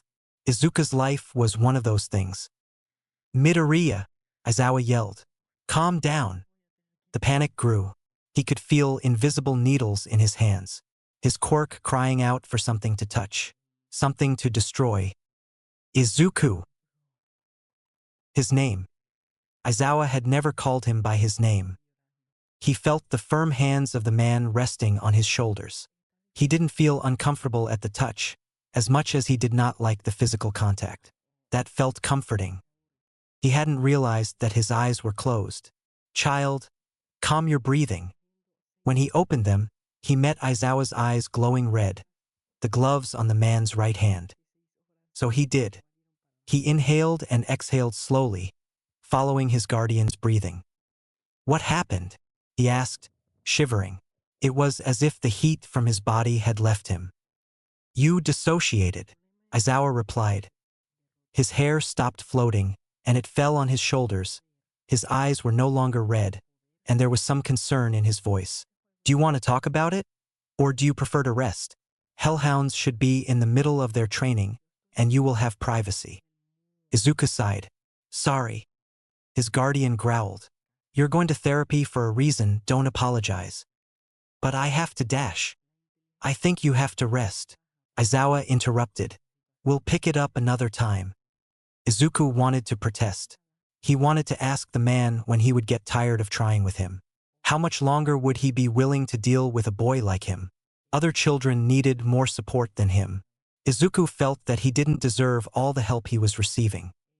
People react differently to the same circumstances.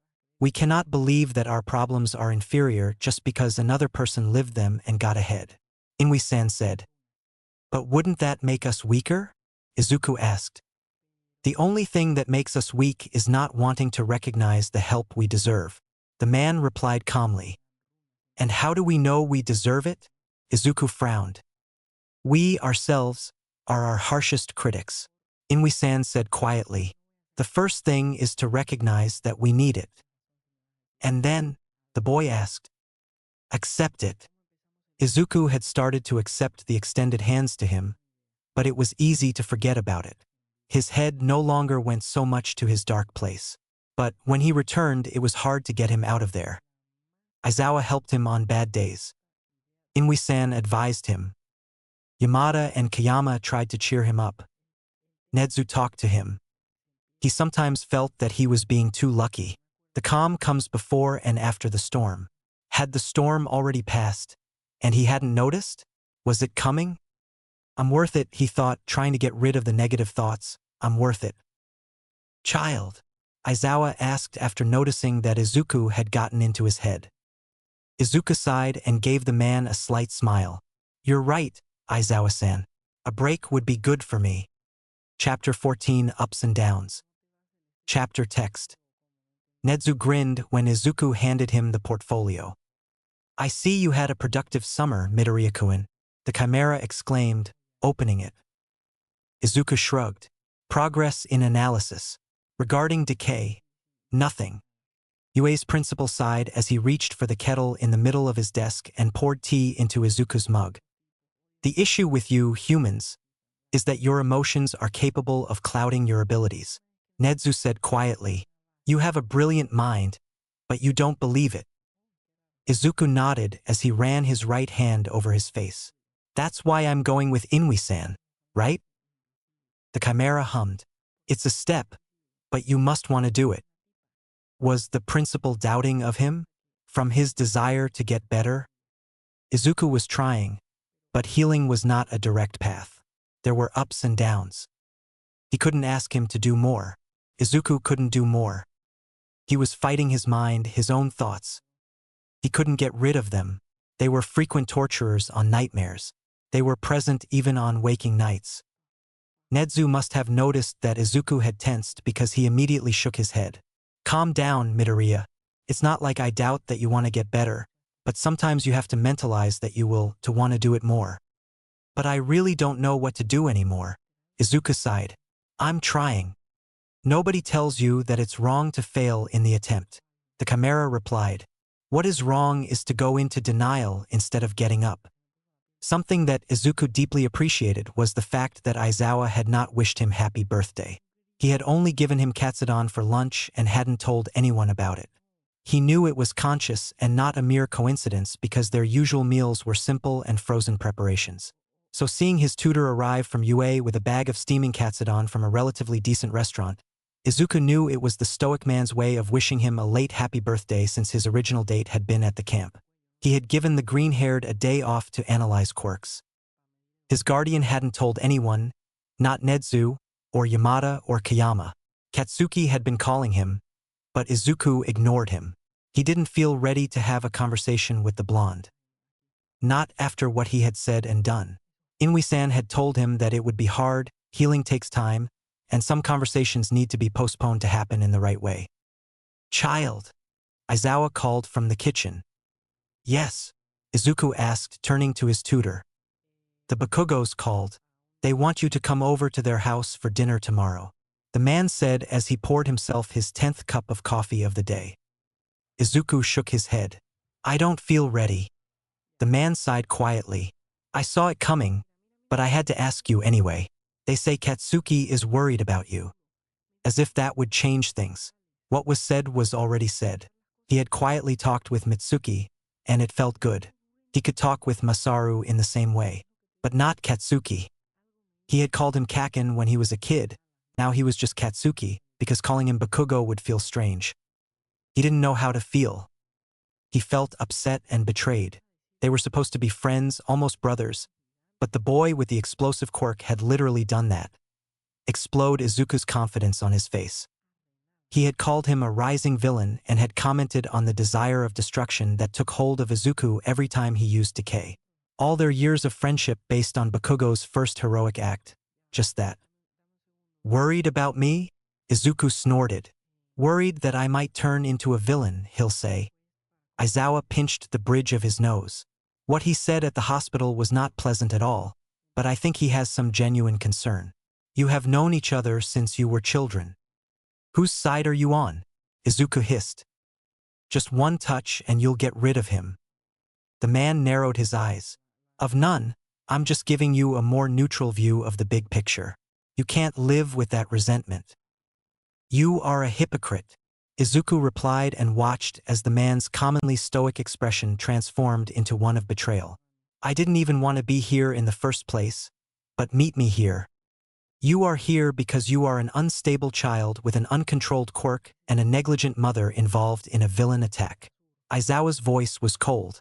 "That is why you are here.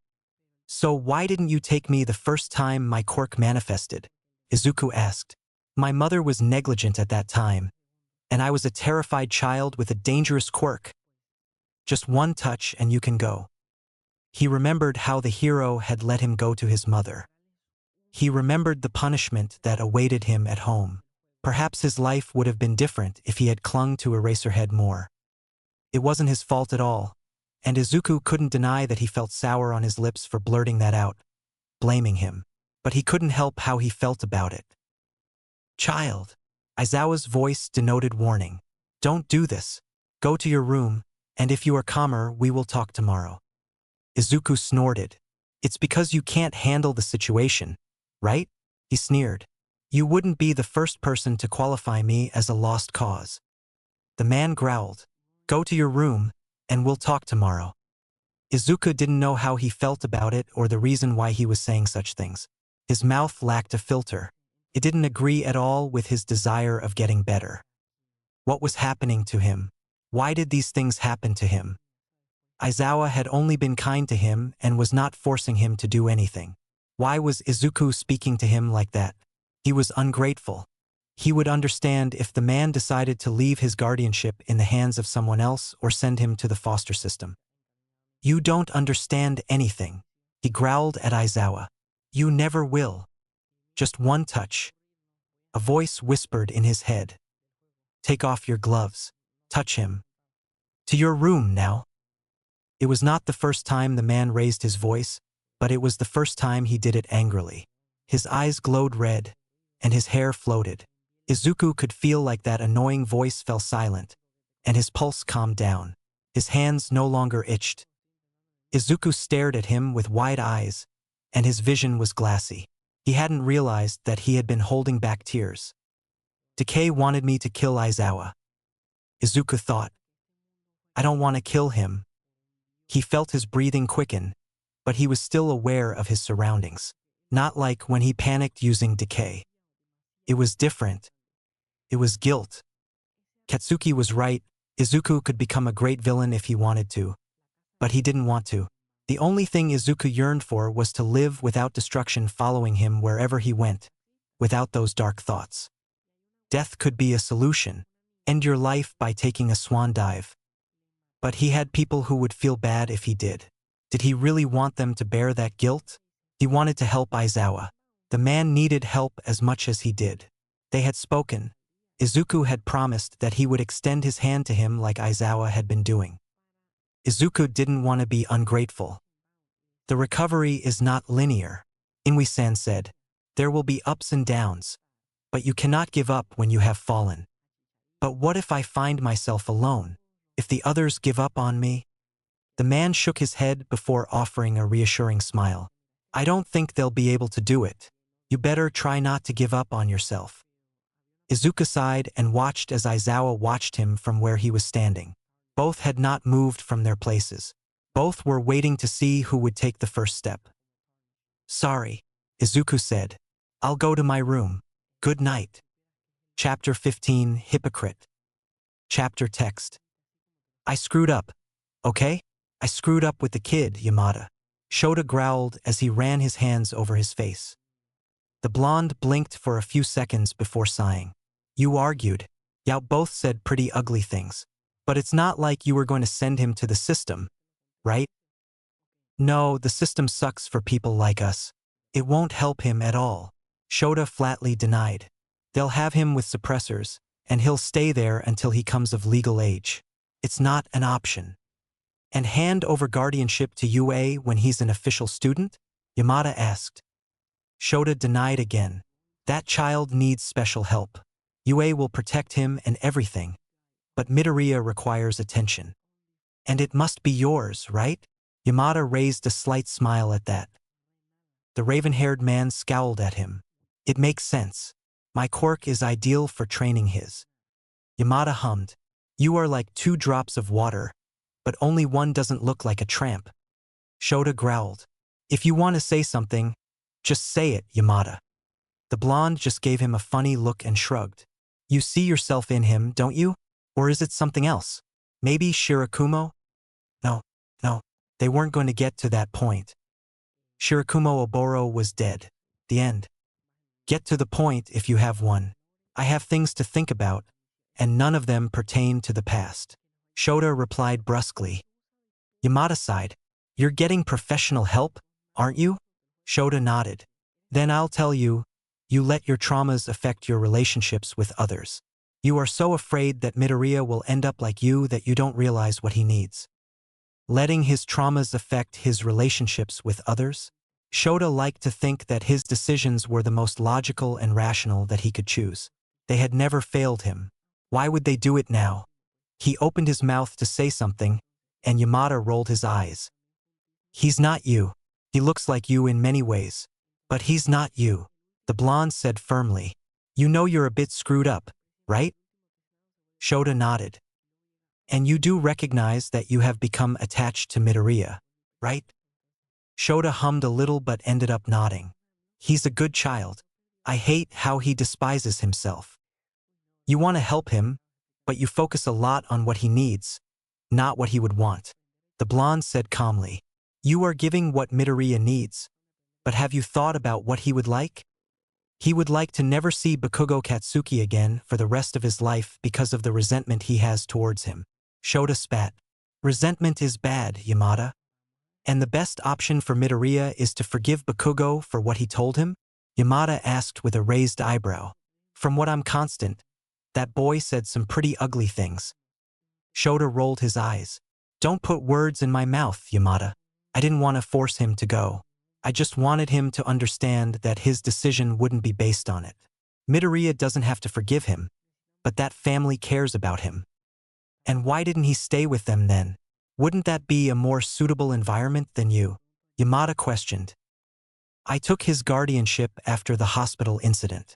His quirk and investigation are factors as well too. Shota replied. And you saw yourself in that kid because you agreed pretty quickly to take him into your care. The blonde guessed. What if I did? It's not something that concerns you, he hissed.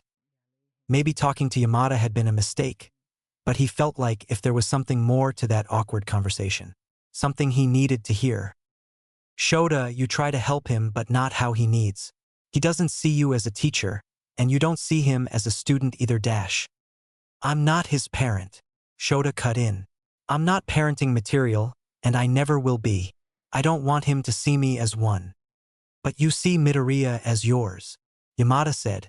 You care a lot about him, but you are not being honest with him. I haven't lied to him. Shota defended himself. I've always told him the truth. Yamada shook his head. I mean your intentions. You don't want to help him just because it's your responsibility. You want to help him because you see him as your child. Because you see yourself in him. You're being self-centered, Shota. Shota didn't like to believe that he was self-centered or selfish. He was a professional hero for a reason. His life didn't matter compared to others. He was going to dedicate it to help people. The blonde must have noticed that Shota wasn't following him. When Oboro died, you just focused on your pain. How do you think I felt? Namuri? We were supposed to be the 3 Dumbingos from Class A, but you left me alone after that. If one failed, the other 2 were supposed to pick him up. You just walked away and left me alone. You're self-centered, Shota. Shota had made that clear when he had joined the hero course. I'm not here to make friends. Shirakumo and Yamada had been 2 people who clung to him like ticks. They sucked the energy out of him. He was fond of them, but he preferred to be on his own. Although, with the latest events, maybe the company was nice. He wanted to argue against Yamada, but the blonde hadn't finished yet. You expel students because they don't fit into your conception of heroes. You don't stick to any of your classes. Reason? You're just trying to make those kids live as long as possible outside of school. You don't want to feel guilty about things that get out of your control. You reject others. Yamada accused. And you know that you are wrong. You don't want Midoriya to be like you because you know it. The boy was right when he called you a hypocrite. Are you done? Shota asked, feeling his head start to hurt. Yamada shook his head. You sent him to his room after an argument. You didn't give him a chance to explain. He didn't put up against you. If you think you guys are alike, that means you can't even deal with yourself. Am I sincere? You are exactly the person he needs because both are too complex for others. There is a strange comradeship between you 2. We always tend to detest those traits that we are able to recognize in ourselves. But you need to change your approach because Midoriya isn't you. When they returned to the apartment, Shota steeled himself. Midoriya. The boy turned to see him. Aizawa-san. I'd like to talk to you. Are you okay with it? He asked. The boy blinked in confusion but finally nodded. It would be a very long night. Chapter 16. A Talk of 2 Alike. Chapter text. The fact that Aizawa asked to speak to him meant something. Maybe he had already given up on Izuku. It would be the most logical decision, passing the responsibility on to someone else. I wanted to kill him. He thought, tormented. I was so close to taking off my glove and touching him. He was a monster. They had to lock him up in Tartarus. They had to supply him with suppressants for life. They should cut off his fingers. Whatever to stop decay.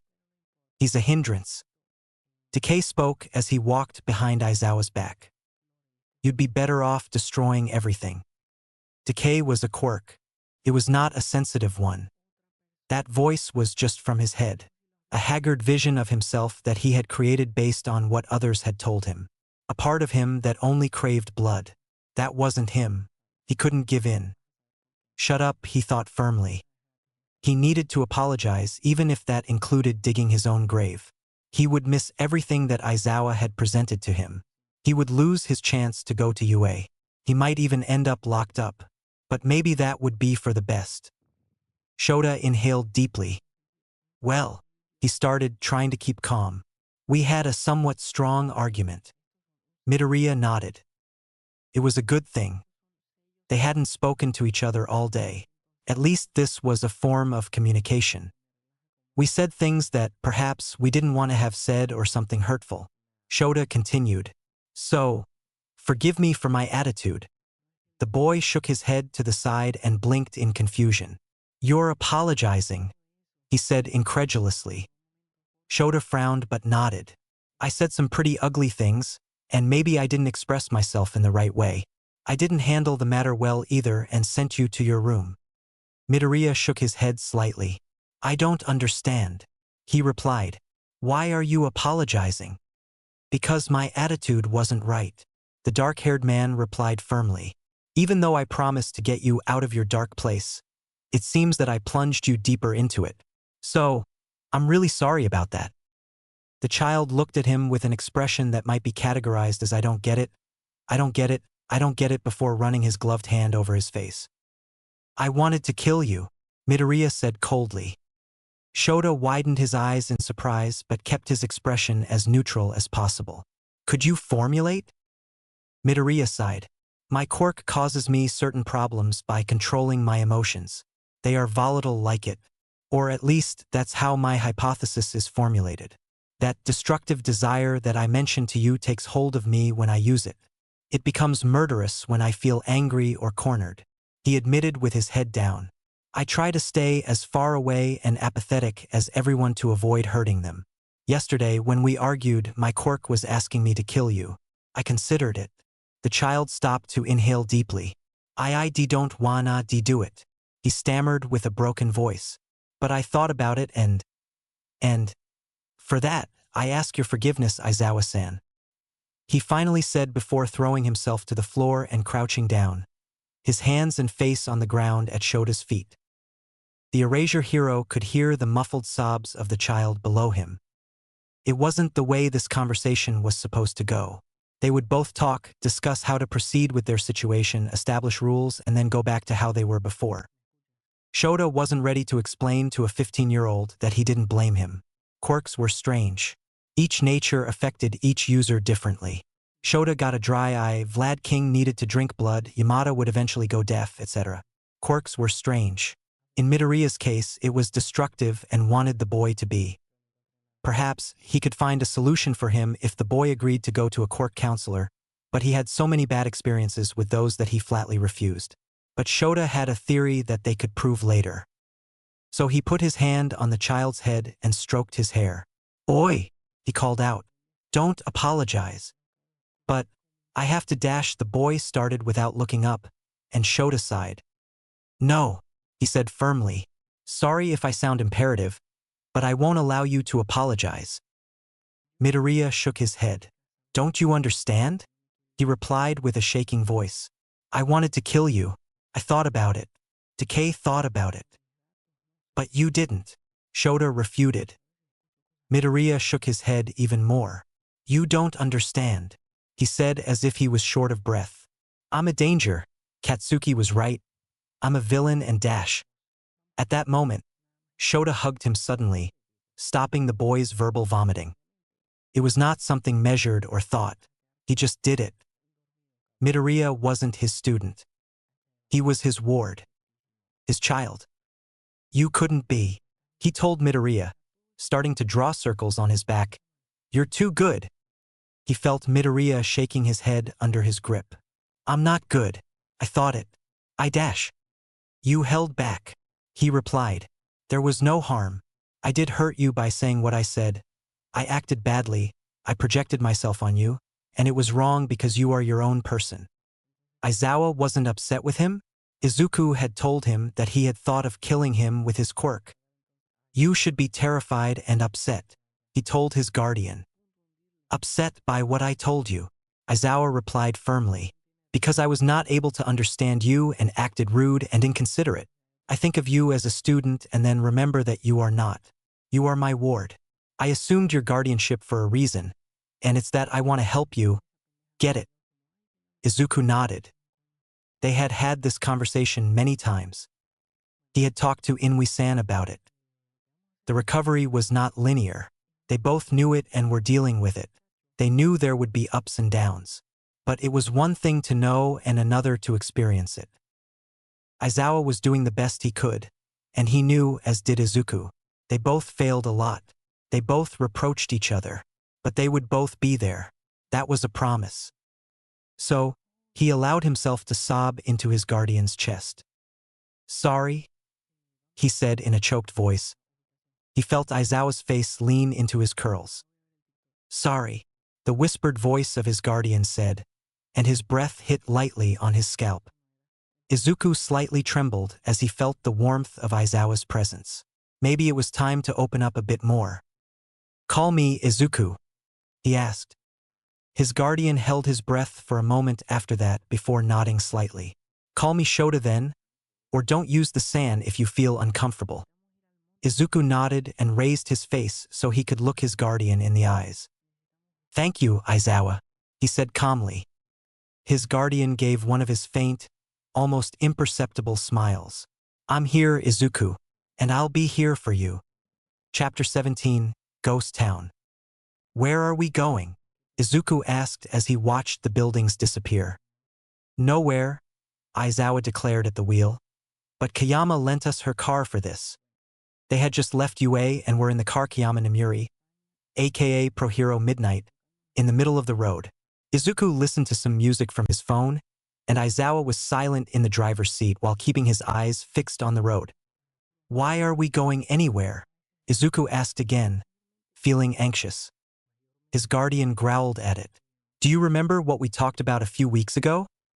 My quirk causes me certain problems by controlling my emotions. They are volatile like it. Or at least that's how my hypothesis is formulated.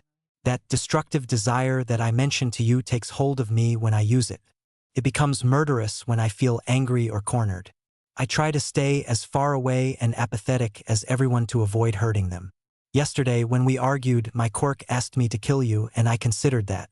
I don't want to do it, but I thought about it, and for that." Izuku gulped. "Yes.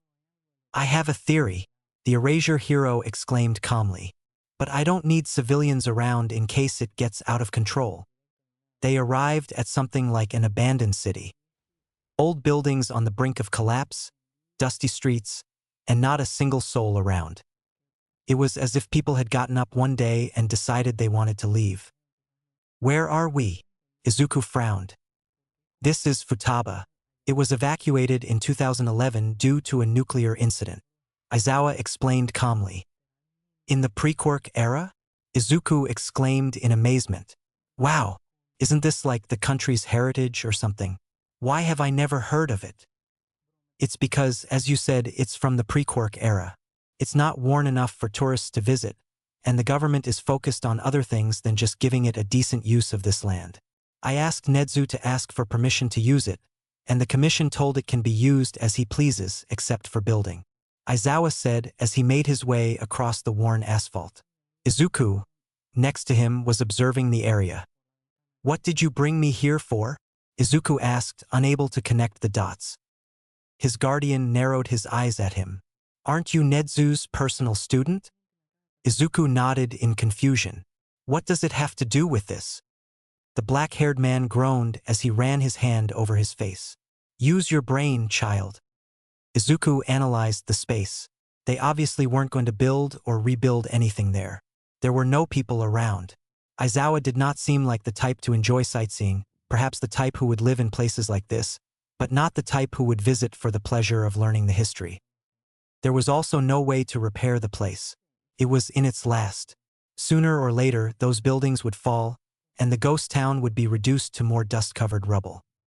Seeing that, Izuku didn't understand what was going on. Aizawa sighed and put his hand on the green-haired boy's shoulder. "I want you to reduce this ghost town to dust." The boy's eyes widened in panic at this. Shota hoped it wasn't a panic attack. "Do you want me to destroy all of this?" The boy screamed in terror. He was the adult.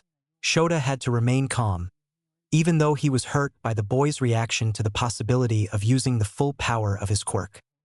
"You said you have a destruction's desire that comes from decay, right?" Erasure Hero asked. Izuku nodded shakily. "How about you have to destroy some things to calm it down?" The boy watched him with wide eyes. "Is that the theory you want to prove?" Shota nodded. "There are no civilians within a good 20-kilometer radius. My quirk will allow me to stop decay if it gets out of control, and I believe that by overriding it, you won't lose yourself in those desires." Izuku bit his lip as his eyes stared at the ground. "Are they really okay with me doing this?" When Shota had accepted Izuku's guardianship, he had been serious. Whatever slip the child had, the erasure hero would be there to extend his hand. If decay got out of control and caused damage, Shota would be there to accept the consequences because Izuku was under his care. He knew that Izuku Midoriya was afraid of himself. He was terrified of his quirk. He was reluctant to reach out to people and be helped. Shota Aizawa wasn't much different and had been quite hypocritical in wanting to help the kid when even he couldn't help himself. They had argued about it. Yamada, that outstretched hand that Shota always rejected, was the person who had given him the wake-up call regarding his mistakes. He was going to therapy just like the child. You are a logical person, Shota indicated.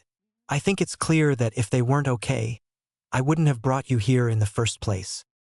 Izuku hummed at that. In that aspect, you are right, but dash. The rest of the sentence ended up hanging in the air.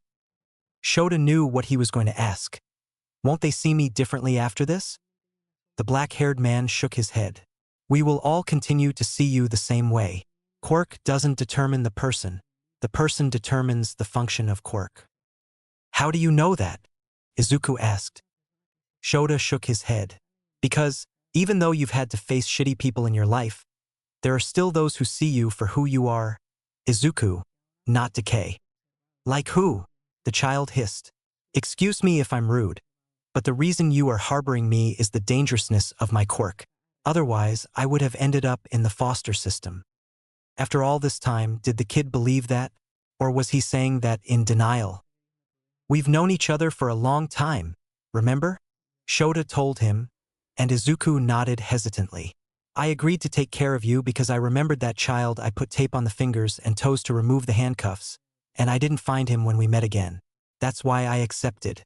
Your quirk is a secondary factor in this case. Izuku's eyes met his, and he could see the slightly shiny edges. Don't cry, please, Shota thought. Nedzu made you his student because of your intelligence. Kayama and Yamada don't care about your quirk. Neither did Mitsuki and Masaru Bakugo. At the moment, we seem few, but you will have more people who see you, Izuku, not your quirk. Chapter 18 Free. Izuku Midoriya knew he had been out of luck receiving his quirk. Such a destructive quirk could only bring chaos. Izuku Midoriya was aware he couldn't be a hero with a quirk like that. But he didn't have to be a villain either. The world was a dazzling place in daylight, but under all that glamour, monsters in human suits were hiding. Demons come out in the dark. All people have them, but while some attack people, others find themselves fused with them. Izuku had been dealing with the demon he had called decay since it developed. Being one with nature was a survival rule. Challenging it only leads to death and rejection in many cases. But some had already carried out such an action and had been moderately victorious. Nature dictated that Izuku must be destructive, but he refused to accept it. He refused to be a part of it. He couldn't change decay, much less get rid of it, but Izuku could dominate it. So, feeling the full support of his mentor, Izuku released the desire that had been smothering him. The wall of the tent that lay under his hands began to disintegrate at a slow pace. Then decay reached the rest of the structure, and there was nothing left but dust. It was an indescribably pleasant sensation, as if the pins that had always been hurting his hands stopped for a moment, as if he finally got rid of a heavy load that he didn't know he had been carrying. The memories engulfed him. Midoriya, stop! You're hurting her! Izuku didn't know what was going on. He just knew that he was too scared and that the itching on his fingertips was subsiding. Midoriya! Why, Izuku? Inko asked when they got back from the police station. Why can't you be a good boy like Katsuki? Little Izuku was trembling under the cold gaze of his mother. Mom, I am so sorry. The woman didn't mind the tears that ran down the face of her son. Now I have to see how they don't expel you. She grunted as she pulled her phone. Izuku stood still next to her, frozen like a statue, not knowing what to do. Inko must have noticed that he was still there because she firmly squeezed his right arm and pulled him into his room. Lock yourself in your room, and you better not cause me more trouble. Inko Midoriya didn't mind locking up her son for the rest of the night. without dinner. Izuku was crying, and the moon was his only company. A smiling girl in pigtails approached him. "I'm Sasio Hanako. Nice to meet you." Izuku raised his head from his desk and smiled shyly. "You are new, right?" Sasio nodded enthusiastically. "My parents moved for work reasons, and I got transferred." Izuku didn't know if she had already been warned or not. He was in his 6th grade of elementary school. Rumors regarding Decay's malevolent nature were running through the halls. Hadn't she spoken to anyone else yet? It was an opportunity to see what they said about him without the need for Katsuki to convey it to him inaccurately. "Did they give you the warnings yet?" he asked. Sasio nodded, playing with her fingers. "Bathroom 9 on the 4th floor is haunted. Bakugo has a shitty character." Izuku couldn't defend Katsuki from that statement. He was aware that the blonde had an attitude worthy of burning garbage. Never eat teriyaki chicken from the cafeteria. Give Professor Yamamoto apples. Avoid Midoriya. "Do you know who he is?" Izuku hummed. "Yes, what have they told you about him?" "I know him very well, and I can tell you what would be lies and truths." The girl nodded. "Please. They say he's creepy with his mumbling and his quirk disintegrates everything he touches." God, can anyone be that horrible? Well, Izuku couldn't deny that those parts were true. His mumbling was entirely his problem. His mind was thinking so fast that thoughts escaped from his mouth. Decay was quite a creepy quirk. He couldn't deal with Katsuki's idea that it looked like Hero 13's quirk. "I don't know. I never thought about it," Izuku replied, shrugging. "I'm not that horrible of a human being, though." The girl laughed before realizing the last sentence. Her eyes snapped open, and Izuku held up his gloved hands for her to look at them. "I officially introduce myself. Name's Midoriya Izuku. Quirk's Decay." Sasio didn't say anything. She just turned and walked out the classroom door silently. Izuku dropped his smile before grunting. "I saw it coming. Being quirkless sucks." Izuku nodded as he handed over the video game controller. "Don't swear, Tamura." Tamura rolled his eyes. "You're too polite, Izuku." "Don't say that shit about the nerd. Damn extra." Katsuki grabbed the boy by the collar of his uniform and slammed him against the wall. "You want to be a hero, right?" The boy snorted. "How can you be friends with a potential villain?" "Stop calling him that," Katsuki exclaimed as he threw the boy to the ground. The boy got up. His quirk allowed him to toughen his skin. "Don't pretend you don't know. Deep down, you're only his friend because you fear what he might do when he becomes a villain." The blonde approached the boy, took a deep breath, and spat in the other's face. "Get lost." He finally grunted as he disappeared down the hall without realizing that Izuku had witnessed it all. "A quirk like yours can only be useful to help or harm people. People with quirks as powerful as yours cannot be civilians. They always end up going one of those sides and usually don't end in the good ones. People can fear or admire you, and that affects you because you know you have power. You're fucking smart. You have the quirk and the mind. You could be a great hero, but I also know that you could be a fucking scary villain capable of destroying everything. If I want to be a hero, I can't allow you to become one. I also know that a quirk as powerful as his is dangerous, no matter which hands it's in." The nerd himself said it. His quirk is destructive. If he uses it like 13, there's nothing to fear. But I have seen him using it. That thing seems to have a life of its own.